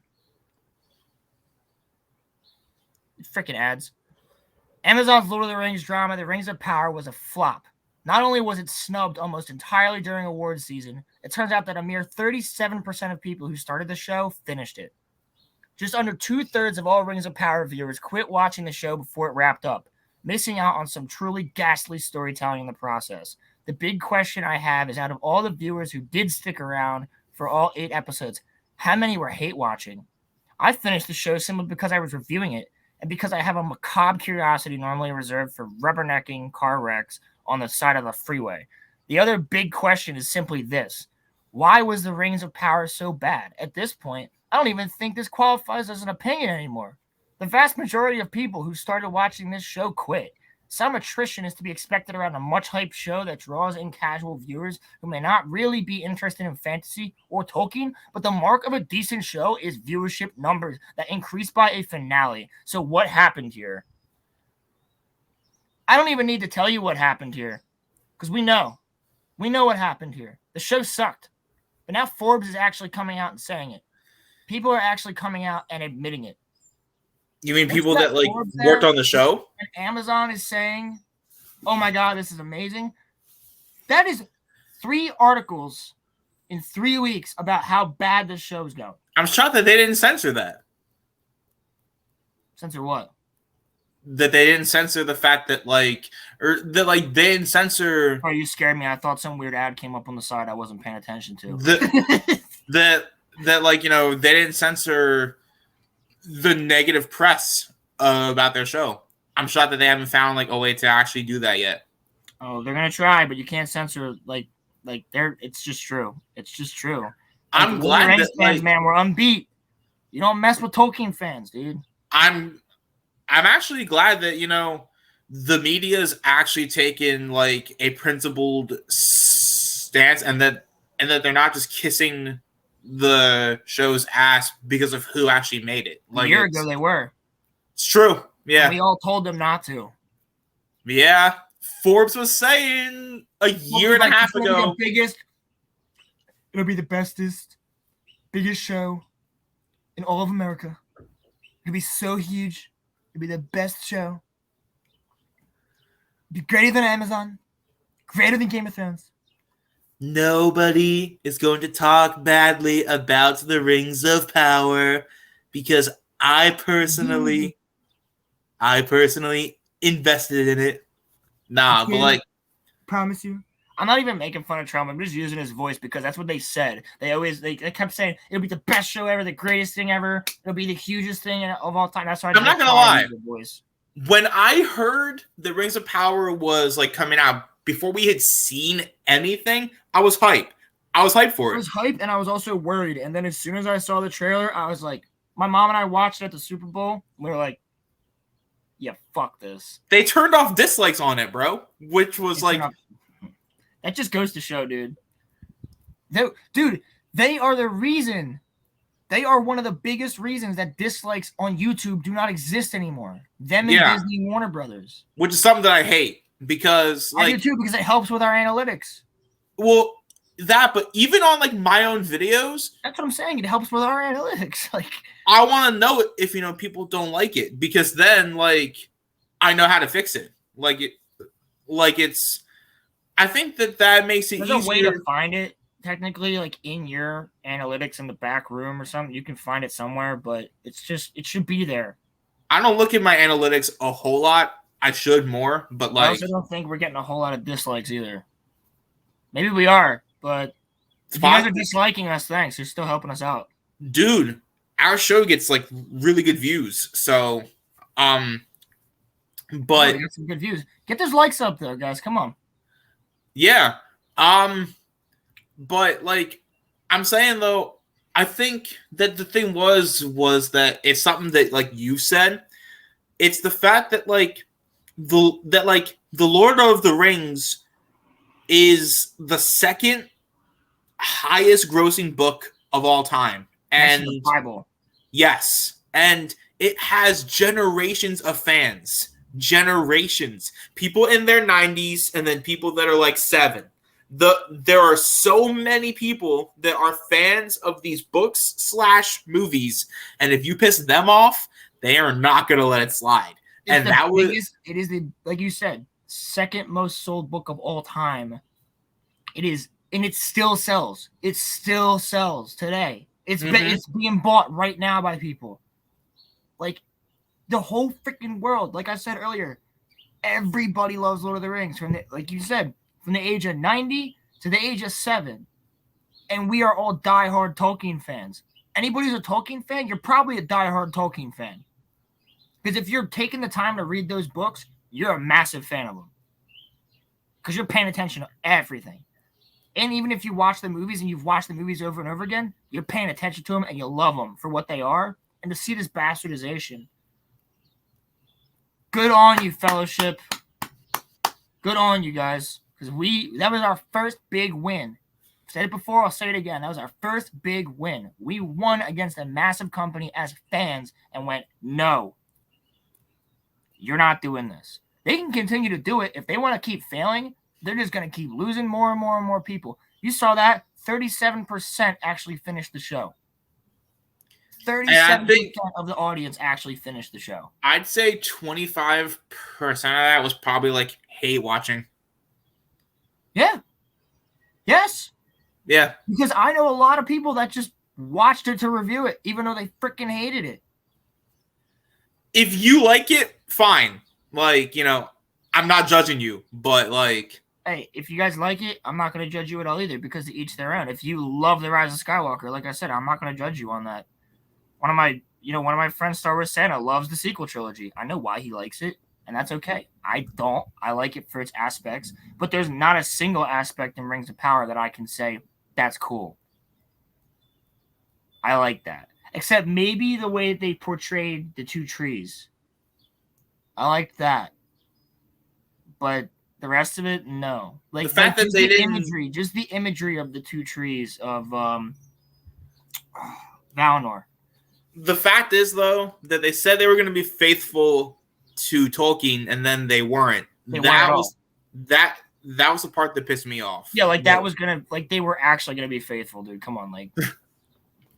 Yeah, I never believed them for a second when they said that. I was like, no way. It's true.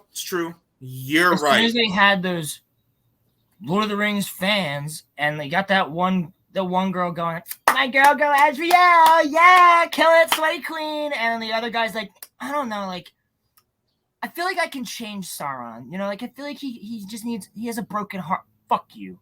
Sauron would knock your head off with his fist. Like, don't even give me that crap. Sauron is, and those are supposed to be Star Wars or Tolkien fans, Tolkien influencers. How many influencers do you know on TikTok that their whole entire thing is Lord of the Rings? They don't exist. None. Lord of the Rings fans generally aren't posting all about Lord of the Rings on TikTok unless they run a Lord of the Rings channel or they run a different TikTok and go, hey, I just watched Lord of the Rings again and I love it. I know some YouTube channels that are like, I know Lord of the Rings YouTube channels, but guess what? None of them are watching Rings of Power either. Right. Yeah. So if you really want some Lord of the Rings fans to come, then you don't pay some TikTok influencers. You pay real fans to fly out and review your show and tell you whether or not it's good or not. Because you just wasted $1 billion. I think they should pay us back. Yeah, literally. Give us the freaking $1.2 billion that you freaking destroyed. You might as well have just thrown it in the garbage and set it on fire. Seriously, I'm not even joking. Like, put $1.2 billion in a freaking dumpster, set it on fire, and roll it down the street off a hill. Like, and no one would cry about it either. Right, because that's what they just did. I mean, the people at Amazon would be like, man, we had the Lord of the Rings, but like, they really don't, though, because, like, No, Jeff, they don't, though. They don't have the Lord of the Rings. They have the Silmarillion book I just showed. Uh-huh. They don't have anything in the Third Age or the Second Age. Well, maybe a little bit of the Second Age, but they don't have anything in the Third Age. That's Lord of the Rings. Right. Like, you don't have that. You have. Why do they even call it the Rings of Power anyway? Because, like, they don't even forge the. So wait. They don't even forge the Rings of Power until the end of the. What even happened in that show? Can anyone tell me what actually happened? Like, what the actual plot was? The Silmarillion, right? So, like, I've read through The Hobbit and I've read through The Lord of the Rings. Can you tell me, in the Silmarillion book, are the rings forged in that story? Forged by Celebrimbor eventually, yes. Okay. Because Sauron comes back as so Sauron gets defeated and disappears. Right. He's killed by I think Feanor, maybe. I'm trying to remember who kills him, but he is killed by an elf, I believe. Sauron's a shapeshifter. He transforms into a werewolf. Right. And fights this dude. And they both kill each other. Well, Sauron's spirit endured. And he took like 1,000 years or something to like regain his body. Right. And when he did, he shapeshifted into an elf named Anatar. Right. The Lord of Gifts. And Anatar, the Lord of Gifts, went to Celebrimbor and was like, hey man, I know how to forge these like rings. I'm a smith, and he's Sauron the Deceiver. That's what they call him, or Anatar, Lord of Gifts. Right. And he's deceiving everybody, getting them to make these rings, getting them to do all this stuff. Now the elves poured light into their rings. Sauron poured his will into all of the rings, but the dwarves were too greedy, so the rings didn't affect the 7 dwarf lords. But the dwarves didn't care. That's what it was. They were like, oh, rings of power, cool, gold. They were already too greedy for it to affect them, but the men wanted power. The 9 men, the 9 kings of men, which we don't even, it's not even confirmed that all 9 of them were kings, but these 9 men who were leaders desired power, right? Right. So that's what corrupted them. That's what turned them into Nazgul. That's what made them the Nazgul, the ring wraiths. They walk through shadow and death. Like they're never really whole. And Interesting. Sauron did this, right? So the elves poured light into theirs, and then Sauron poured all of his power into one master ring. And that's when this is after the War of Wrath. That's when the Battle of the Last Alliance starts, with Lord of the Rings starting. Huh. You know that battle in the beginning of Lord of the Rings? Yeah. I was explaining. Why did we not get that? Well, no, here's the other thing. Before that, he ends up on Numenor. Right. Which you see in Rings of Power, the Numenorian island, right? Right, yeah. He convinces them. He convinces the king. He deceives the king. So he was... Okay, after he was destroyed, after he was beaten, he ends up on Numenor, I believe. I'm getting it a little bit mixed up because I haven't read the Silmarillion in a while. That's all right, Brody. Go and check out on X-Wing's channel, guys. Go and watch his Lord of the Rings stream he did with his brother. His brother will explain this a lot better than me because I'm getting the timeline a little bit mixed up. But the long story short is, it was a lot more freaking interesting than Rings of Power and making Sauron a human. He's not a human. He's always been a Maiar like Gandalf and a shapeshifter. And he can shapeshift into any being he wants. That's why he's the deceiver. And he's very good with his words, and he's very charismatic and very good at turning people to his will, which is why he poured his will, his malice, and his rule to dominate all into that ring. Right. So much more interesting. And we don't get the Rings of Power until the last 20 minutes of this. Hold on, bro. Keep on talking. I gotta let my cat out. I got it. I'll keep talking. So yeah, so the thing is, the Rings of Power is it's completely different than what it should have been. They had all of this source material there. Tell me you guys wouldn't love to see an army of elves versus an army of orcs, werewolves, trolls, dragons, and gods on both sides fighting each other. I don't understand. Silmarillion. And the Silmarils were these beautiful stones that were created. And I don't want to spoil too much of the book because I think it's highly, you should read it. It's pretty freaking cool. It's just, that sounds so much more badass than what we got. And then not only that, they could have done the world of creation. They could have shown how Middle-earth was created in the first episode. That would have been so cool because it started in darkness. And then Eru Ilúvatar, who's God, created a song. And he sang. And through his song, he created other gods in his pantheon. Right. And then he willed them to harmonize together. And through harmonization, he told them, when you harmonize, you will see light. So they were all blind. He said, when you harmonize, you'll see light. They harmonize, they can see the light. As you harmonize, you'll create. And you'll create light. As you harmonize, you'll create life and a place for life to live, which is Middle-earth. And the long story short, Melkor, who ends up being Morgoth, which is like Sauron's big daddy. Mm-hmm. Melkor's like, well, I don't really like this. You know, I want to try my own song. So he creates the discourse, and through the discourse, orcs are created, and dark beings are created, and elves are corrupted into orcs, and they're like, hey, stop, you gotta start singing with us again, dude. He's like, okay. And of course, the discourse happens again. And this is happening over thousands of years of them singing. So I love that Middle-earth was created through music and the harmonization of all these gods. And that's what created all of Middle-earth and the life there and everything else. And eventually, Morgoth gets banished to Middle-earth, and that's what starts the War of Wrath. Would have been a really damn better thing than the Rings of Power did. Yeah, man. I don't... There was like zero love thrown into the show. It was Well, as It soon was as just they fired Tom Shippey, who was like literally, like I said, the Tolkien scholar, like he was one of the most famous, if not the most famous Tolkien scholar next to Tolkien on the entire planet. When and they you fired had Tom Shippey, I was like, nope, I'm not. There's no way, because if they're firing Tom Shippey, that means he told them they're doing things wrong. and you had Peter Jackson, who made 3 of the greatest movies of all time. The best trilogy of all time. Yeah, like you had Peter Jackson who wanted to help you. He could have given you gold. He could have given you a show because he knows everything about it. Like, And he's a fan like us, dude. right. Why aren't there fans on these shows? It's just people that like want to like appease to the corporations.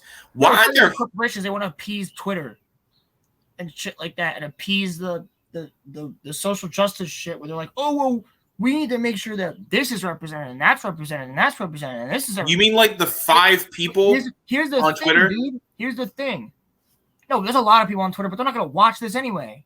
Right. And even some of the influencers, like I said, the influencers that they brought in that were Tolkien fans. The girl that was like, oh yeah, Galadriel. Yeah, well, guess what? She didn't watch it.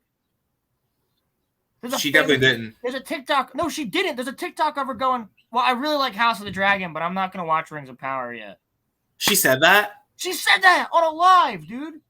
That's all. I can find the clip, but it's like you literally were the one who got paid to go there and tell us how good this show was. Like an idiot. There's literally a dude pissing in the background. I swear to God. If you watch that video, there's a guy standing next to a fire, like pissing right next to it. Can you when we like hop off of the podcast, would you actually mind sending me that video? Bro. I'll just pause it there. Like I'll find it. You don't see nothing. You don't see nothing, but let me find this real quick. All right. So I'm gonna and then I want to get into the polls. Yeah. Then I want to get into polls. Rings of Power promotion. Dude, pig.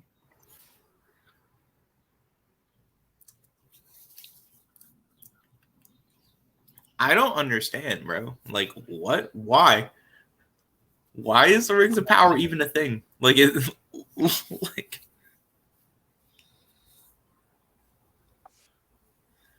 I don't know, bro. It's like. All right, so hold on. It deserved to fail, if I'm being honest. So, this is from. This is featuring.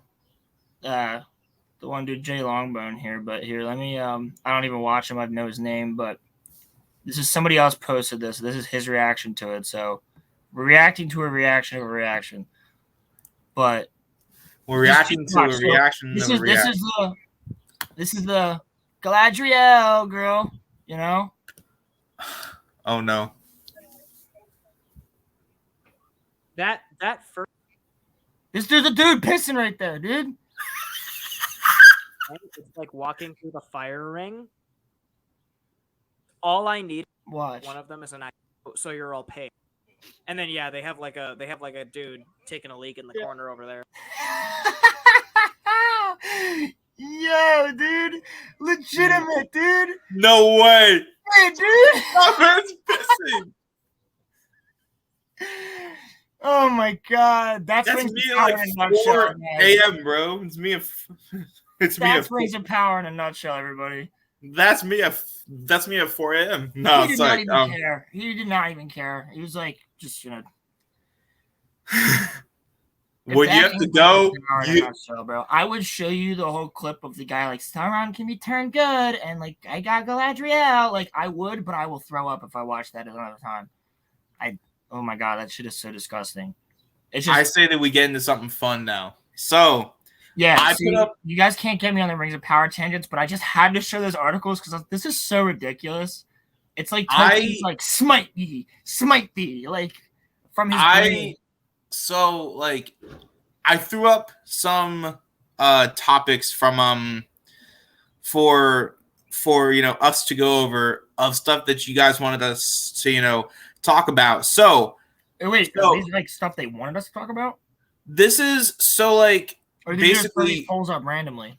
I put these polls up randomly, telling people that we were going to be talking about this, but I also put them in polls asking what like people thought. So this is the first of 4. I want to hear what you think, and then I'll tell you what I think, and then I will do the percentages afterwards. And then I will do the percentages. Yeah. So the first topic is: would you rather live to 150, die at 70, or never ever die?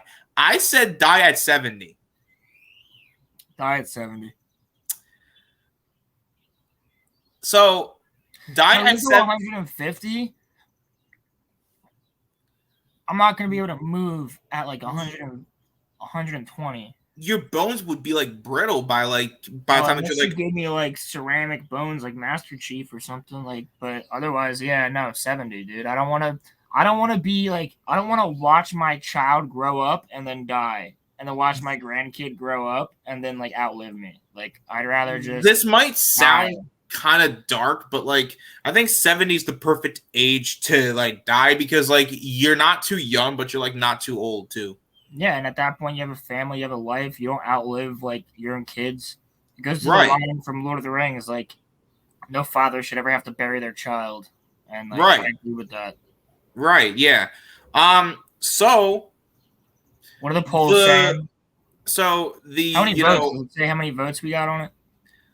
There were actually 10 votes, and 67% said that they wanted to die at 70, but 33% said that they wanted to live they wanted to live to 150. So no one said live forever.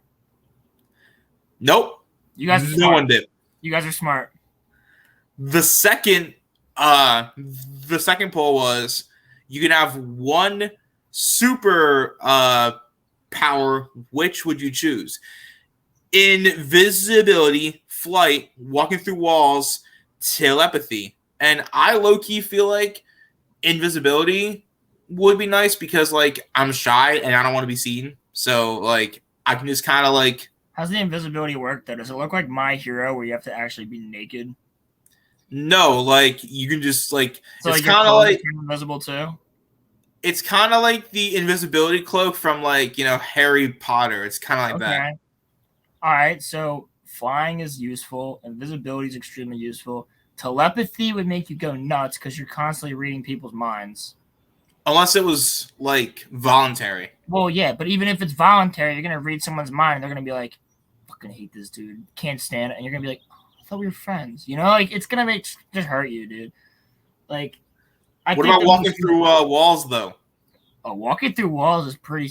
Is it walls or am I like? You can walk through anything. Okay, so all right, I might pick that then though, because if anybody here watches My Hero Academia, Lemillion is a god, bro. He's great. Lemillion can like go in the ground. His quirk is permeation, so he can permeate like anything, dude. What do you think the percentages were here? So I don't know. I'm either going with permeation or invisibility, because flight is dope, but flight's dope. It's very useful. But I'm thinking practically here. Like, if I'm flying high up in the sky, I'm going to be really cold. So I'm going to have to bundle up every time. And even if I'm flying at low altitude, everyone's going to see you. And people are going to end up, like, calling the cops on you and stuff. Assuming that there's not other heroes in the world. You're the only one with these powers. And like, yeah, flying is lit, but like, are you flying with like legitimate wings, or can you literally just be a human? Just like, you can just fly, yeah, like Superman. Yeah. See, that's pretty lit, but at the same time, flying on its own, like, I'd get shot down, dude. Like, you know what I mean? Like, you would have to almost be Superman. Like, you'd have to have like some sort of strength, because. If the military saw a flying human, they would go, "Bah!" Like, it wouldn't matter. Like, people. It wouldn't last for more than like. No, I'd rather invisibility. I think invisibility is the one. Okay. I also think if we were to add another one, I think I could only put 4. I know, but if we were to add another one, I think shape shifting is another great ability. So like I literally just looked up the 4 most like popular powers, and invisibility is sick. I think invisibility and permeation. Or this like one being able to walk through walls. had Walking through walls would 29. be so convenient, bro. I wouldn't even need. I would just like, oh, I forgot something in the other room, or I forgot something upstairs. You just like jump and grab it, like Right. This one had 29 votes. Oh, nice. Invisibility and telepathy are tied at 40, and then flight got 20%. Walk through walls got 0%. Walk through walls got 1.1% from me because it's either invisibility or walk through walls. The third poll. Would you rather be? My quirk is gonna be all for one or one for all. I'll do that. The third poll is: would you rather be famous but poor or rich but unknown? I actually said the second. Yeah, I said the second because I wouldn't use my money entirely for myself. Because if Right. I'm famous, like I'm thinking about like shout out to anybody who used to live around here. There was a dude named Bob who was a hobo, and everybody knew Bob. I know who you're talking about. Bob was famous, but Bob was a hobo. Yeah. So I would rather, and he was really nice. I met him multiple times. He's a nice ass dude. He actually just was some guy who decided he went from being rich to just going, I'm giving all my money away, and just went and wanted to be a hobo. Swear to God. I used to see him walking by like at the Rover. He's at the BK all the time. Yeah. Yeah, he used to stay. They used to pay him at the BK to like just scare off kids that were trying to like spray paint it and stuff. You know when like that's what I'm saying. Like, so he was famous, but he was poor as hell. I would much rather be rich and no one knows who I am, so that I can use my money to help more people. I would like give money to charity, but just like have it be that like no one knows me, so that like Well, don't get me wrong. I'm gonna keep some of the money for myself and whatnot. Like of that. course, like, take care of my family and my friends and stuff. But if I was rich and no one knew me, I would prefer that.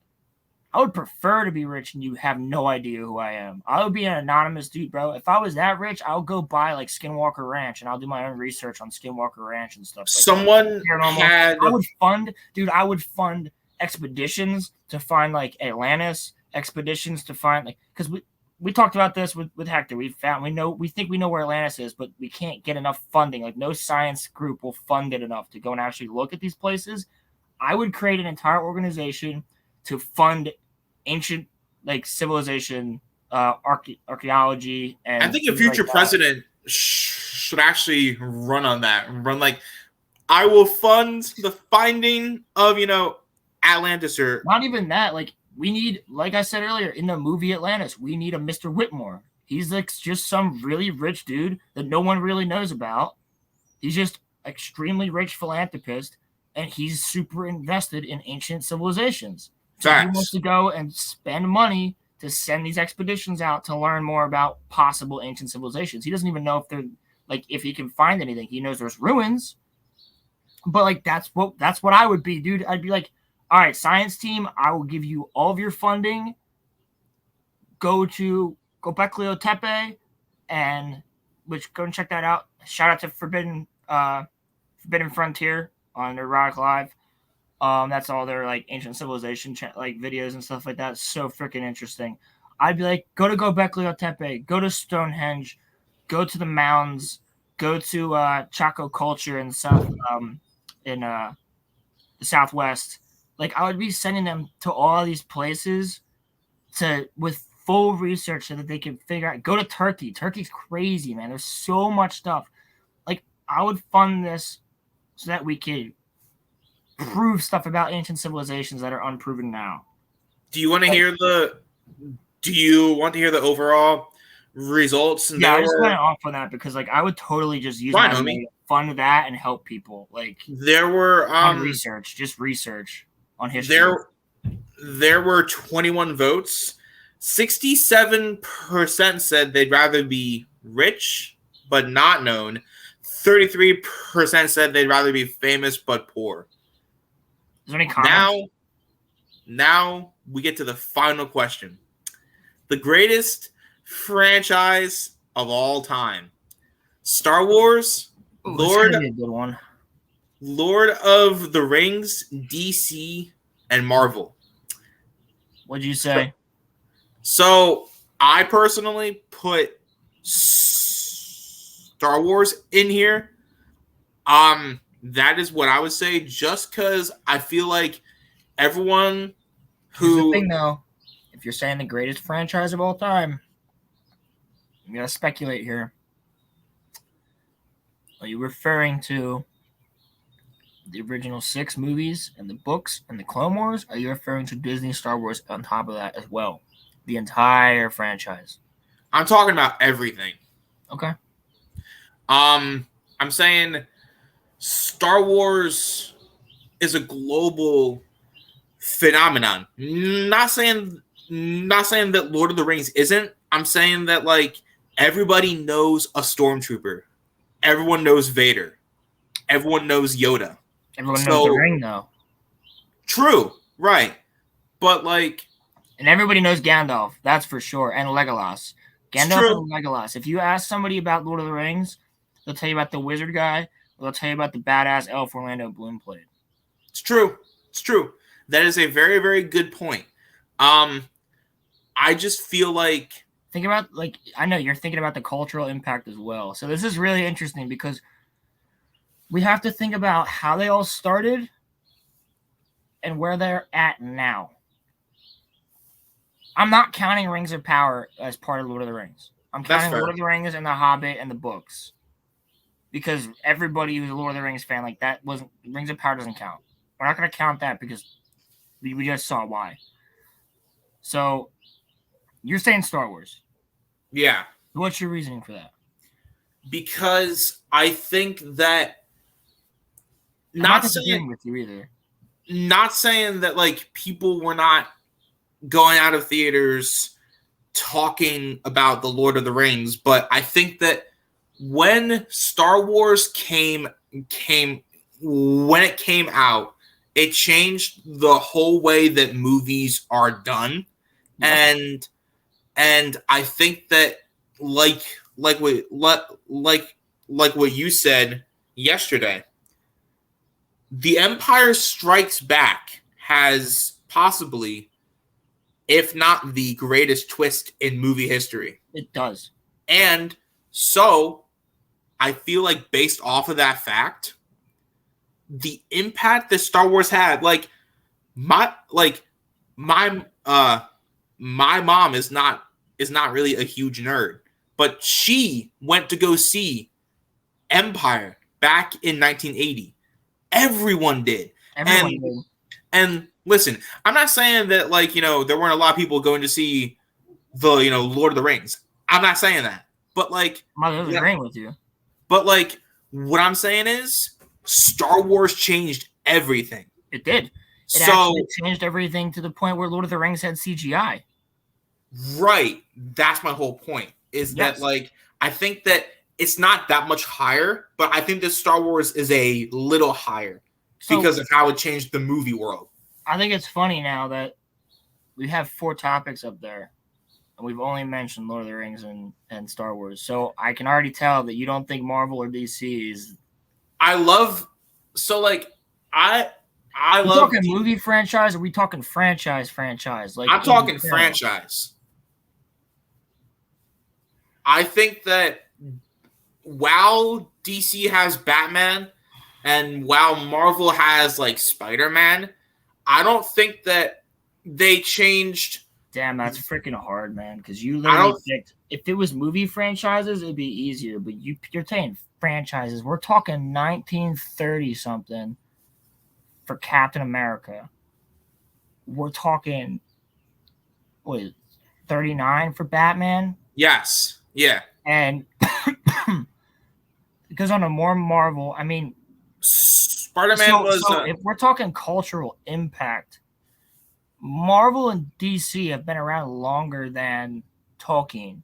That's true. But I think Tolkien had a bigger worldwide impact That's true. than. It's hard for me to choose because Would you kind of comic books are a medium, right? Yes. Not everyone's into comic books. Yeah.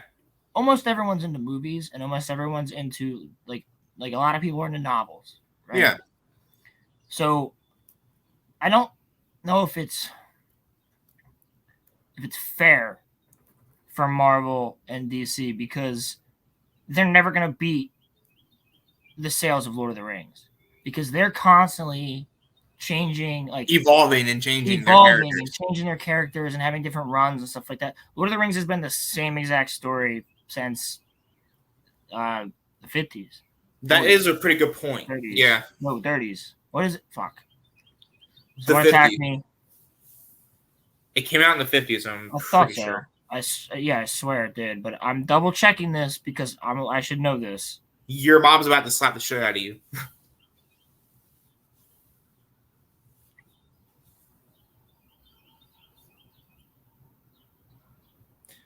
But yeah, I mean, do you think it's like fair to say that like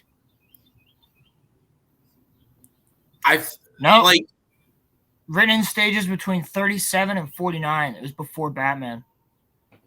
Oh, okay. I thought it was 40, but 37. I think that Captain America at the time that he dwindled off, man. When the Avengers came out, the Avengers was not selling like Spider-Man was and other things. It's Captain true. America was selling right then because World War I had just ended. Captain America punched Hitler in the face. I know. It's so you can't even find that comic book anymore. It's like thousands and thousands of dollars if you want to find that comic book. If you want it now, it costs like $75,000. Yeah. It's wild. It's insane. I'm rich. If you get it, you can't even freaking read it, man, because if you open that book, it'll fall apart. Right.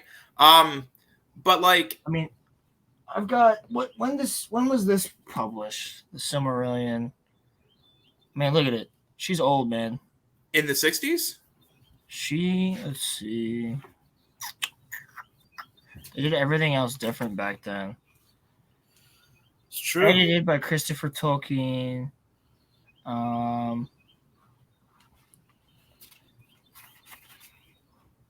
This was written in 1977. So yeah, the history was written afterwards. Was it the last book that Tolkien wrote?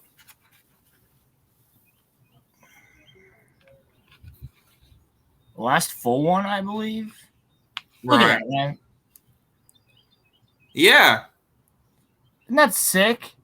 Like, so then, taking DC and Marvel out of this, but no, because like when Batman came out, he was also pretty big too.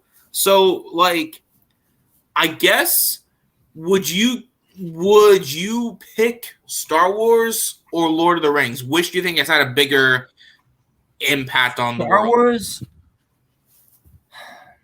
That's really hard. Star Wars has had a bigger impact on movies and was a massive cultural phenomenon, but Lord of the Rings has more fans across the board. You think so? Absolutely. There's a reason that no Star Wars book is the highest grossing book of all time. There's a reason no Star Wars movie is one of the highest grossing movies of all time. Well, except for Force Awakens, because everybody's waiting for it. I'm talking about the original 6 and stuff like that. Like George's Star Wars. None of them were like the highest grossing movie of all time. You know what I mean? Yeah, I get it. Force Awakens was one of them because everybody was like, oh my God, it's been like 35 years since we've seen Luke Skywalker in them because everybody expected to see them in The Force Awakens and we only got Han and Leia for like a little bit. So I just I respect if you say the Lord of the Rings though. Like, yeah, but like look behind me. Behind me, people. That's all Star Wars. Yeah. All of that. There's a little bit of Lord of the Rings. I got some I got some Gandalf, He also has Witch King. he also has an Aragorn thing too. Oh, I can grab him. He's right here. Yeah.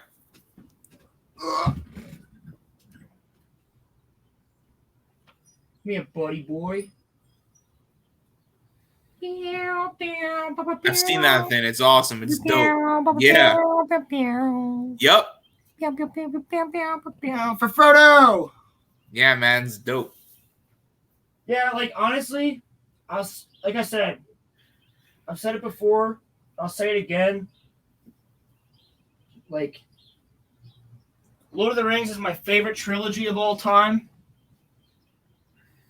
Star Wars is my favorite franchise. That's fair. Would you like to hear the results? So I think it's hard because I think historically, Lord of the Rings and the Silmarillion and the impact that this has all made, historically, this is probably had the most impact of a franchise. But culturally, Star Wars. Fair enough. So socially and culturally, Star Wars, because even now, it's having a massive impact. Whether you like what Disney's doing or you hate what Disney's doing, it's still having a massive impact. True. So culturally, Star Wars, and cinematography-wise, Star Wars. But then here's the thing. Look what Lord of the Rings did with their cinematography. Look what the cultural impact of Lord of the Rings was. True. Like, they're re-releasing Lord of the Rings in theaters. I'm going to see it. What's today? The 5th? The 5th. I'm going to see it in 8 days. Like, I'm going to watch the whole 3.5, 4, like almost 4-hour movie, like on a Thursday night at 7 o'clock. Like, I'm hyped, dude. I can't wait because Lord of the Rings is coming back in theaters. That's awesome. Like, so I think Lord of the Rings, and again, good on you, WB. You're smart. Just keep re-releasing Lord of the Rings in theaters, and you're golden. You make a lot of money because I will go and see every single Lord of the Rings in theaters. You can re-release The Hobbit and the extended editions, and I'll go see it in theaters. You want to hear the? Do you want to hear the results? I do. I do want to hear the results. There were 53 votes. Holy shit! Thank you, guys. Holy crap! You guys really came out for this one. Star Wars and DC tied at 33. Marvel got 23%. Lord of the Rings got 11%. You guys got to read more. No, I think the thing there is a lot of people can't sit through a 3-hour movie. Yeah. A lot of people don't want to spend the time reading a 350-page book. That got the most votes, though, out of all 4 of the polls, which is, like, wild. What did? I'm saying, when I put the greatest franchise up, this got the most votes out of, like, all of the polls. There were, like, 50-some votes here. It was like, oh, yeah, that's what I'm saying. So I'd agree with the Star Wars people 100%. But for the historical, like, importance, because there would not be a Star Wars if George Lucas didn't read Lord of the Rings. He said that. So I'm not saying Lord of the Rings is the best. It's interesting. I'm saying it's Star Wars. It's like 2 different things. It's interesting. The Star Wars and DC tied. That's actually really interesting. That is really interesting. They both got 16 votes, which is actually kind of crazy. Yeah, I would say that I would agree with the Star Wars one because Star Wars revolutionized so many things. Whether you like what's coming out today or not, it still continues to revolutionize things. I mean, they have the volume now, whether you like the way that they use the volume for The Mandalorian instead of live action or not, it works. It does. But yeah, no, I would agree with that poll. I would definitely agree with that poll of Star Wars. I wouldn't agree with the DC part. I would agree with the significance of Batman and Superman. But I don't know if I would specifically agree with, like, the rest of the DC characters. Maybe Wonder Woman. Yeah. Wonder Woman, Batman, and Superman. Yeah. The big three. Yeah. Yeah, for sure. And then, I think Star Wars for me, but Lord of the Rings for me in the other way that I said. Marvel got 23%, and You guys gotta watch Lord of the Rings. LOTR only got 11%, bro. It got 2 votes, which is actually crazy. Yo, the two of you out there that voted for Lord of the Rings, I love you. One, I love all the rest of you. But you Tolkien guys, you're my homies. You Star Wars people, you're my homies too. Do you know so who? Everybody else, but I'm just saying, the two of you that voted on the Tolkien. One of our former guests voted for the Lord of the Rings. Who was that? Alex. I thought so. Yup. Chance voted for Star Wars. I don't think Chance follows me. He does. He commented on our videos. No. I posted this on Instagram, Brody. Oh, yeah. Shit. Okay. That's how I can see who voted. Ah, okay. Yeah. I see now, said the blind man as he picked up his hammer and saw. So have you had time to think about what you think is and I know that you said album, but it can be an album or song that you think had like a musical impact that like changed music? Do I have to pick one? You can pick like 3. It's fine. I have one, but you give it more than one.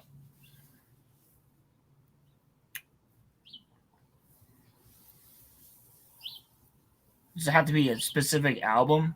No. It could be an artist? Yeah. Sure. The Beatles?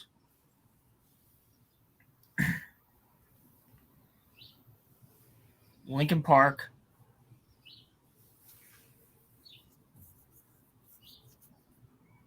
And Slim. I am basically in agreement with you. I think that the Slim Beatles or Pink Floyd, either or, like everybody. The Slim Shady. I tried to pick three different genres there. So like classic rock and like the 60s type of 70s stuff, which would be like the Beatles, of course, and Zeppelin and Floyd. Right, yeah. And then but there's so much, dude. I'd say all of those bands from that era changed the way music was. Yeah, man. The Beatles were like the phenomenon, the Rolling Stones and shit like that. And then like early 2000s, late 90s, early 2000s, like the Peppers and Linkin Park were they're different sounds, but they're completely different than anything. I think so many people love them both. And then like when it comes to rap music, I'm not going past the 2000s really. I'd say Eminem because nobody rapped like Eminem before Eminem. So I have 2. One is an album. The other is a song. So I think that Californication is probably one of the best songs. And that's one of the best albums in general. Well, that's the name of the album, so I didn't know if you meant the album or the song. I'm talking about the song, but I also think that the album's great. But I think that the song, I think it's just something to vibe to, 1, but 2, if you actually listen to it, it's kind of deeper than how it sounds. Far away, but it's made in a Hollywood basement. Yeah. I think that everybody can kind of vibe to that song, so that's why I say that. But then I think that the Slim. I have to fix my words. Hold on. Eldorad's not far away. It's Californication. They literally reference Star Wars in that song. Come on, bud. I think that the Slim Shady LP1 changed everything, and I think it changed a lot for the rap game. Here is my argument as to why.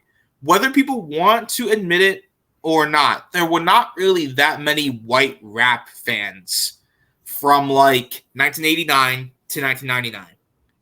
There were some people LL that Cool J was pulling it, dude. Like LL Cool J, Run DMC, like everybody listened to them. right, no, but That's like like hip hop rap. That was like R&B rap. That was before rap became like Dr. Dre, NWA, stuff like that. right, no, but like I'm saying it was mostly an African American thing. And so like the fact Honestly, what hot the take. fact Not even a hot take, but I'll let you finish. the fact is that like Vanilla Ice, fine, but he was not a culture shock. He's cool. Yeah. People But like Vanilla Ice. yeah, same. But like I don't think that like the Beastie Boys, I don't think that like Insane Clown Posse, while I like their songs, I don't think that they were a culture shock. But when Eminem came out, dude, homie was Boys. Oh my god, wait. The Beastie Boys, though, that's a great point, dude. Because Eminem listened to the Beastie Boys. Yep. Eminem listened to Cypress Hill. Yep. Like Insane Clown Posse too. Cypress Hill, Beastie Boys, and stuff like that. I don't know, man. I kind of do think that I might have to recount my Eminem statement, because there wouldn't be an Eminem without the Beastie Boys and Dr. Dre. And like the Beastie Boys were a cultural phenomenon, dude. It's true. Much like Sublime was. Like it's such a hard question, like, because I can't just say one did it, because so many did it, and so many artists listen to different things. Like Eminem listens to freaking metal. He's said it before. And he's taking inspiration from metal. Like, so it's so hard to narrow it down, because we all know that like the Beatles and Floyd and Zeppelin and all that, but then that can go back to Elvis. Yes. Yeah. So it's really difficult. But if I were to pick an album from each like era, kind of, let's say like I don't know, the Beatles, like Magical Mystery Tour. It's a great album. It is. Awesome. A lot of people used to trip balls to that back in the day. And that was a great album. Obviously, Abbey Road.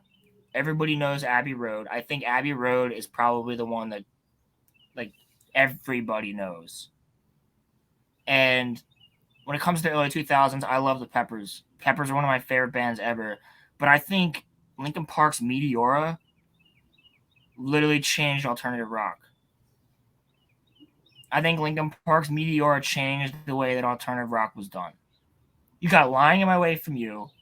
You have Breaking the Habit. What else is there? What the heck? Why am I forgetting the one? Hold on. I'm looking it up, because there's so many freaking good songs on Meteora that I listen to it all the time. And I should know these. Are you talking about the early 2000s? Yeah, because dude, listen to how good this freaking album is.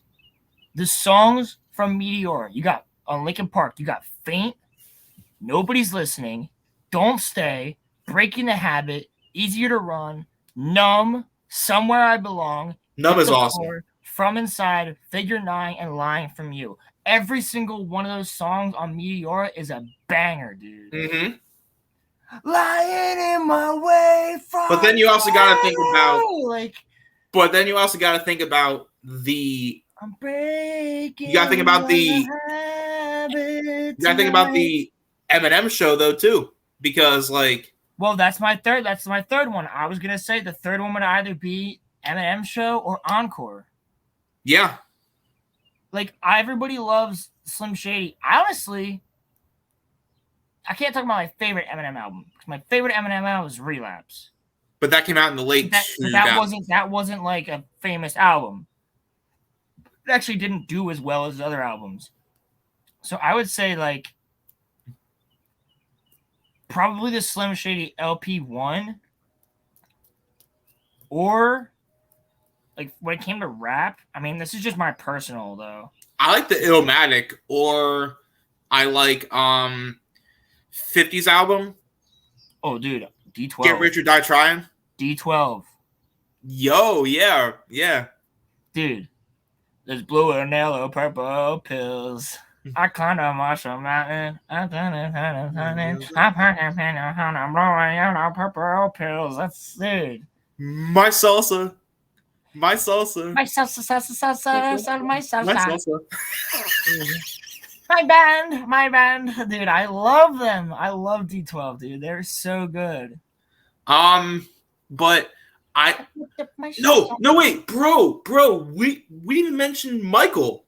Like, oh yeah, holy shit, yeah, bro. We got to talk That's a about good Michael point. Jackson. Like, I mean, dude, at 5 years old was like changing the whole music game. He was a megastar at 5, which is like wild. Like, It's wild. like, Yeah, dude, I would honestly say Michael Jackson changed the world.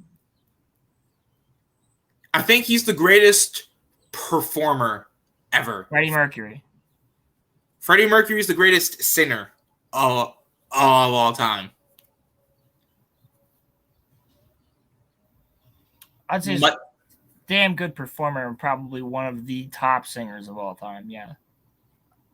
Do you think that Freddie Mercury is a greater performer than Michael, though? Michael put on a better show. But Yeah. no, but at the same time, like Freddie Mercury put on like crazy shows, dude. It's true. Like crazy, and they were crazy for the time. Yeah, That's what mattered with that. it's true. It was wild for the time. But then you gotta think about like, like Bruce, Joel, like, I mean, so Bruce Joel, Billy Joel, Bruce, Bruce Springsteen. yeah, man. Yeah, Bruce Springsteen, Billy Joel. Yeah.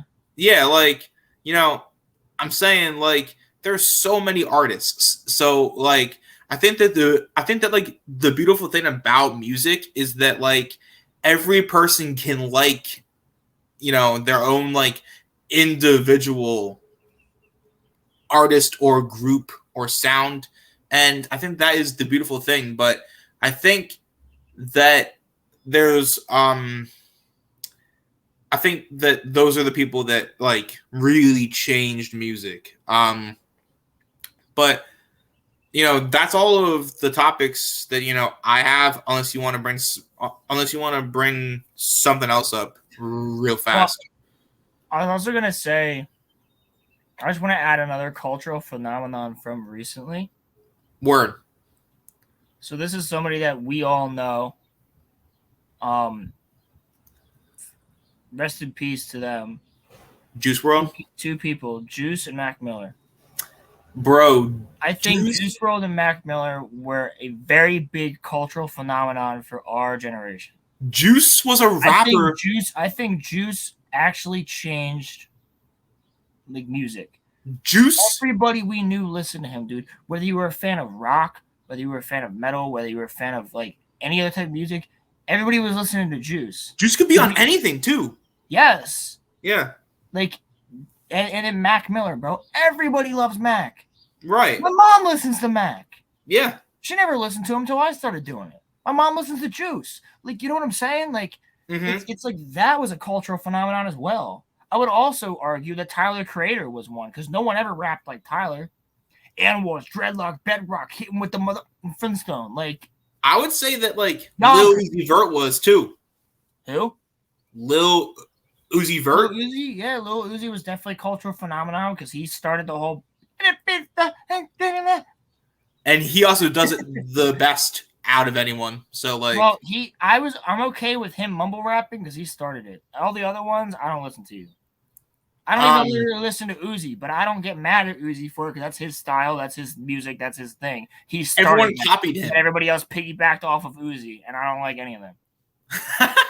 but like Juice was actually Eminem said it, so like I'm actually going to quote him here. But like Juice is such a chameleon that like He could have hopped on like a rock beat.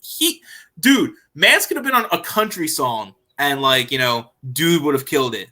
But like, yeah, Juice was great at like everything. So was think about the song "Empty" by Juice WRLD and tell me that song's not amazing. It is. I feel so goddamn empty. Like, it's a good song, dude. It's got really good lyrics. I love Righteous too. But no space, it's a dark place I roam. Yeah, but that is like the tragic thing about Juice WRLD.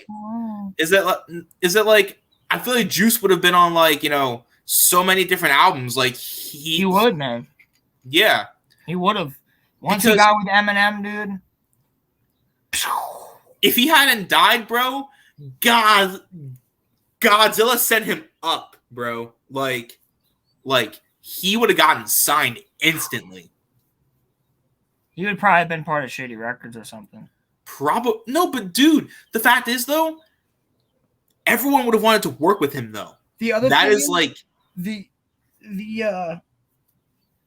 phenomenon of him and Mac, where when both of them died, you had all of these other rappers coming out that you didn't even know knew them, even if they didn't know them. These rappers were coming out like, oh my God, this was such a rising star. This was like a perfect person. Like if anybody needs help, reach out to us. Like, we don't want to see this happen to any other artist. Like, please, like, it was very sad, but it was like really freaking cool to see people like Kendrick and J. Cole and Eminem and Dr. Dre and all these other major rappers coming out and going like, we listen to Mac Miller. We listen to Juice WRLD. We like these guys. We want to work with these guys someday, and they're gone now. We can't do that. That's sad, man. Because they don't make good music for everybody, and they were doing really damn good at it. They were literally both at like the top of their craft when they passed away, which is sad. Rest in peace to them. Their legacies will never be tarnished ever. Juice will forever live on. Same with Mac. I'm just Chester from Linkin Park. Yep. Rest in peace, Chester. I'm just sad that Mac never got to work with Eminem though. Like, at least Logic did, but like, it just sucks, man. Because I would say that's another cultural phenomenon, dude. Logic and Gambino. Remember, like the 2012 to like 2015 area. We grew up with Logic. Like Logic and Gambino were just popping off, dude. Remember Hobson too? And Hobson, dude, they were all just popping off in that time. Like, we had Incredible True Story. Well, before that, it was Bobby Tarantino. Is that the one that had gang related on it? No, you're thinking of Under Pressure. Under Pressure was freaking. That was a phenomenon, dude. Yeah, everybody blew up on Under Pressure. Yep. Like, everybody was listening to Under Pressure. Everybody was listening to Freaks and Geeks by Gambino and Camp. Is that album? Camp, yeah. Yeah, dude. It's a shame that people only know him for his, Gambino. This Is America song. Yeah, see, because Gambino and Mac, they had that high school vibe, dude. They were just like, we're just living life, we're hanging out, we're in high school. Like, that's like how their vibe was. It was perfect for the time. Same with Wiz too. Wiz too, dude. There's a lot of legends that we grew up with, but people don't even listen to them anymore. They listen to the new shit, but they don't listen to the old shit. It's funny now how if you guys are younger than us, you are listening. Listen to Under Pressure. Not even just rap. Go back. If you haven't before, go back to the nether realm of the Force. Is it fair to say Educate yourself. I would start with beautiful music that came before you. Yeah. You love it.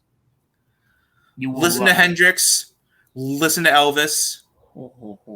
Listen to Bob Marley. Man, he's one of the, if not the best guitar player in the fucking world. Like, listen to All Along the Watchtower. All Along the Watchtower. I love the guitar. on my that song. God. You know the story behind that? No. He was drafted in Vietnam, and he had nothing. Jimi Hendrix. Was The he? only thing he brought with him was his guitar and his journal. And he was a black man, and all these dudes in his platoon were white, so they'd mess with him. They used to break his guitar, and he'd find a way to fix it. They used to break his guitar over and over again. He would find a way to fix it. I read his biography, it's biography, and he had just his journal where he'd write letters and send them back to home, and he had his guitar, and that was it. He made it through all of Vietnam with that guitar, and he came back and became famous playing that guitar. Wow. That's awesome. Yeah, Jimi Hendrix is a badass. You know who else Started the was? 27 Club, though.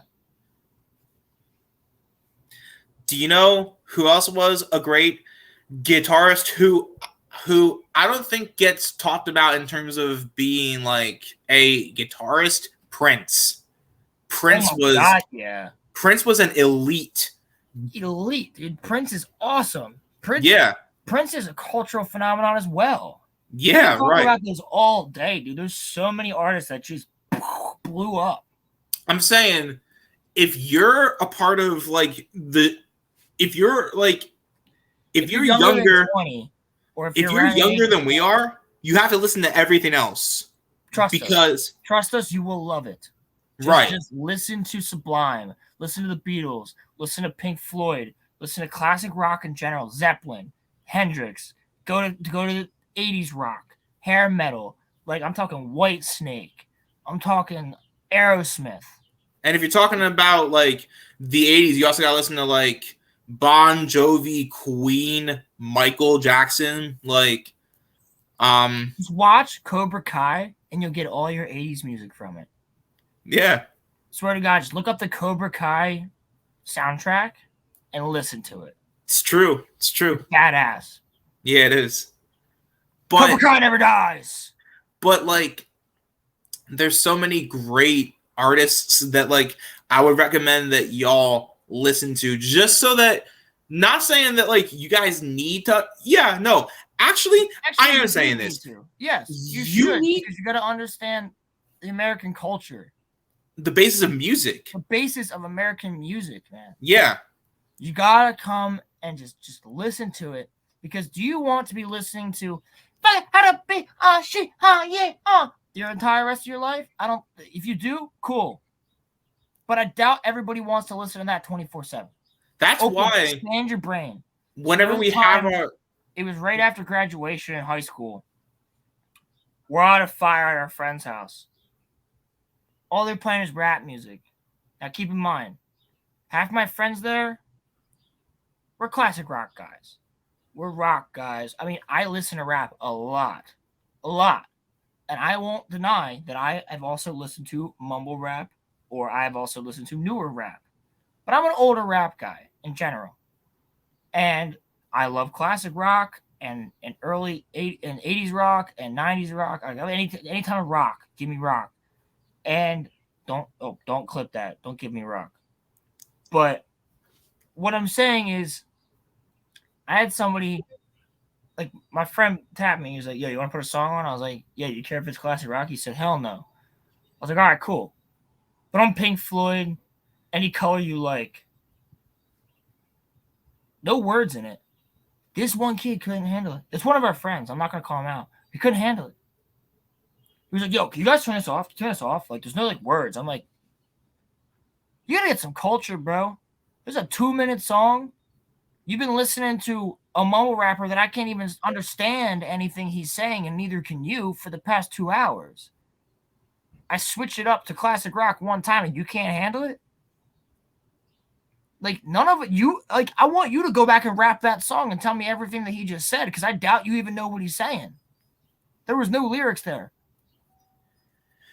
So when I put on I'm putting on a song that literally has no lyrics, but it has beautiful instruments and everybody else is vibing. And he gets up and he's like, "Yo, can we like turn this off? Can we turn something like more rap on?" And we literally just we looked at each other and went, "No, sit down and deal with it. We're going to culture you right now." That's our one rule whenever me and Roland, whenever we have a bonfire with all of our friends, if someone picks a song, even if you don't like it, you play it all the way through. Yeah. You play it all the way through. Yep. It's not up to one person to be the DJ, and if someone makes a request, if someone goes, "Hey, do you think I could play this song?" Sure, you haven't asked for a song all night. Or you go in an order. You know what you do? You go, all right, you get to pick a song, you pick a song, you pick a song, you pick a song, you pick a song, and you pick a song, and then I'll pick a song. It's not that hard. No. Because then you get more stuff. I mean, I listen to everything, dude. I listen to psychedelic rock, I listen to classic rock, I listen to regular rock, punk rock, rap, alternative, chill ass stuff. Glass Animals, Tame Impala, electronic music like freaking Skrillex sometimes when I feel like it, Sublime. I listen to everything, even some country music. And I'm not a big country guy, but I freaking love Johnny Cash. I listen to Phil Collins. I love In the Air Tonight. That's one of the greatest songs. That's one of the greatest songs of all time. Yeah. Boom, boom, boom, boom, boom, boom, boom, boom, boom, boom. I can feel it coming in the air tonight. All my life. So good. Yo, I want to see him perform that live. Before I die, I have to see that. Before he dies, we have to go see that. I will go to a Phil Collins concert with you, dude, 100%. You're coming with me to a Chili Peppers concert. I want to go. When they tour, you're coming with me. Of course. We're going to go have a blast at the Peppers concert. I'm down, of course. And here's the other thing. I also love metal. I freaking am obsessed with Ghost. I love Ghost. I love Slipknot. I love that stuff. Isn't it funny?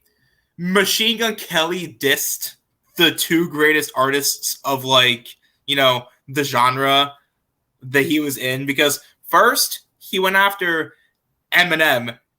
Eminem turned him into a rock artist, and then Machine Gun Kelly went after Slipknot. And what? Then, yeah. What? Yeah. He dissed Slipknot will fuck you up, dude. He dissed Slipknot on a song. What did he say, dude? Hold on. Wait for Corey Taylor to find him, dude. Wow. I bet you if Slipknot walked up on him and said, "What did you just say? What were you talking about us?" He would cower in his little fetal position like a little bitch. So don't you dare talk shit on Slipknot. They are some of the most talented people. You could never be as talented as them. Ever. You could never be as talented as Corey Taylor. Can you go from screaming your heart out to singing in a beautiful voice within a split second? I don't think so, Machine Gun Kelly. Slipknot said that Slipknot vocalist Corey Taylor, that's my boy. Corey Taylor's a rapper too, dude, by the way. Corey Taylor called him a weird substitute teacher for switching genres. And then, MGK said... I'm telling you, Mick Thompson... MGK said that Slipknot's a bunch of old, weird dudes in masks. It's okay. If Corey Taylor, Jay Weinberg, Craig Jones, and Mick Thompson all walked up on him, he'd be pissing his pants. If they all walked up to Machine Gun Kelly with their masks on and everything and went, "What'd you say?" Oh, especially Sid Wilson. If they all walked up on him, the members of Slipknot, some of the main members of Slipknot, just walked up with their scary ass masks on and said, "What'd you say?" MGK also said that they ruined the genre as well. Go fuck yourself, dude. You don't even know the genre. I want to see you scream the way that Corey Taylor can. I want to see you play drums the way that fucking goddamn it. I just lost. I'll send you the link to his best. Kid can. To, Jay, the way if you can play drums the way that Jay can, then you can talk shit. Jay's doing double foot pedals and playing 2 different beats at the same time. no, listen, bro. He's a fucking god. The funny thing about MGK is that he went after the 2 best in their genre twice. Slipknot was one of the best concerts I've ever been to. MGK's a joke, dude. And then he went back to rap after that. Yeah, because he fucking sucks at everything he does. There's no point in him existing. No. He left rap, went to rock. Yeah, he went back to it because he realized he sucks at what he does.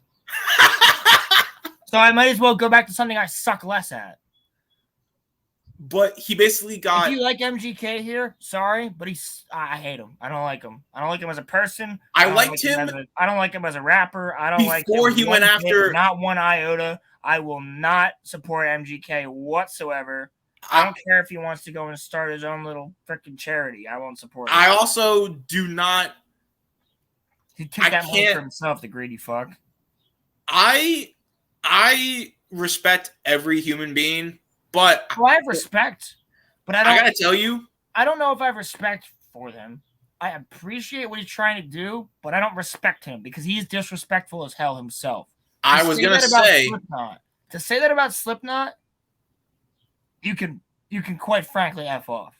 I won't accept people saying that Rap Devil was better than Killshot because that's just people not... said that because it had a better beat. Yeah, you listen to the freaking words. Right. You listen to the words. Yeah, right. Like, have you ever seen by Chains? Chains made a version of it called The Real Rap Devil. You put me onto the Rap Devil beat, and I will eat that beat, bro. Okay, So I'll show you after this because I'm not gonna play it on here. But guys, go and if you want to see somebody kill that beat and prove that MGK sucks at rapping, go and watch Chains, The Real Rap Devil. Or where's the other guy? Let me find him. You know who would have killed that beat? Jordan Lucas.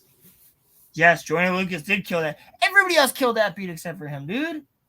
He sucked. Not good. The fact that... Yeah. MGK diss, The Real Rap Devil by Chains. And then if I go a little bit farther down, let me find this. The fact Rap that... Devil, Second Chance. Look up Second, like SECKOND CHAYNCE. Rap Devil. Look that up. I think Dax also did. Oh my god, Dax is awesome, dude. Yeah. Did you see Dax's 23-minute freestyle? Yeah, I saw that. It was wild. Holy crap. I know. Oh my god. Dax is fire. I know. But I just wanted to end the podcast by saying that Machine Gun Kelly is a terrible artist. And it's also funny because Megan Fox unfollowed Machine Gun Kelly and followed Eminem on Don't they have a kid Instagram together or some shit? What? Don't they have a kid together, like with each other or something? No. She was pregnant, but I think she lost it. And after she broke up with, MGK, she followed Slipknot and she followed Eminem on, Dude, Slipknot is so good. Seriously, even if you guys don't like metal, go and check out Kill Pop by Slipknot. And obviously Devil and I is a great song. And oh my gosh. What's it called? Dead Memories. Dead Memories. Dead memories in my heart. You'll be so surprised that guy goes from singing like that to go and like step inside to the devil and I. Like, dude, literally can switch it like that. Yep. Like, it's extremely talented. The whole band is extremely talented. And that's what got me into Slipknot. I was like, holy crap, that's the same singer? Whoa. Also, check out Ghost. Love Ghost. They're amazing. So much fun. One of the best concerts I've ever been to. Total blast. They put on a great show. It's like you're watching a play and a rock music metal band at the same time. It's so awesome. But is there anything else you wanted to show before we wrap up? Or nah, man. I just wanted to say thank you all for watching, and I sincerely appreciate every single one of you. You are all amazing folks, and we can't do this without you guys. And we'll see you on Sunday. And we'll see you for Star Wars Sunday. If you watched Mando, I'm sure you know that we were wrong about last week. We hope that the 30th episode We're trying to get some guests on. Will be very. You guys might have known before. We're hoping that it'll be very special. So that's all that. We're not going to promise anything. We're not going to make any promises. Anybody. We hope. Yeah. Maybe we'll make some more polls that are more interesting again. If you guys want to answer on them, or if you guys want to like leave your comments or something, we'd love to like. If you put a poll on YouTube. Yeah. That too. Or if you guys put some like comments up on the polls. That would be great. We'll read your comments. We'll just say the first name or whatever. We won't have to say your last name or everything.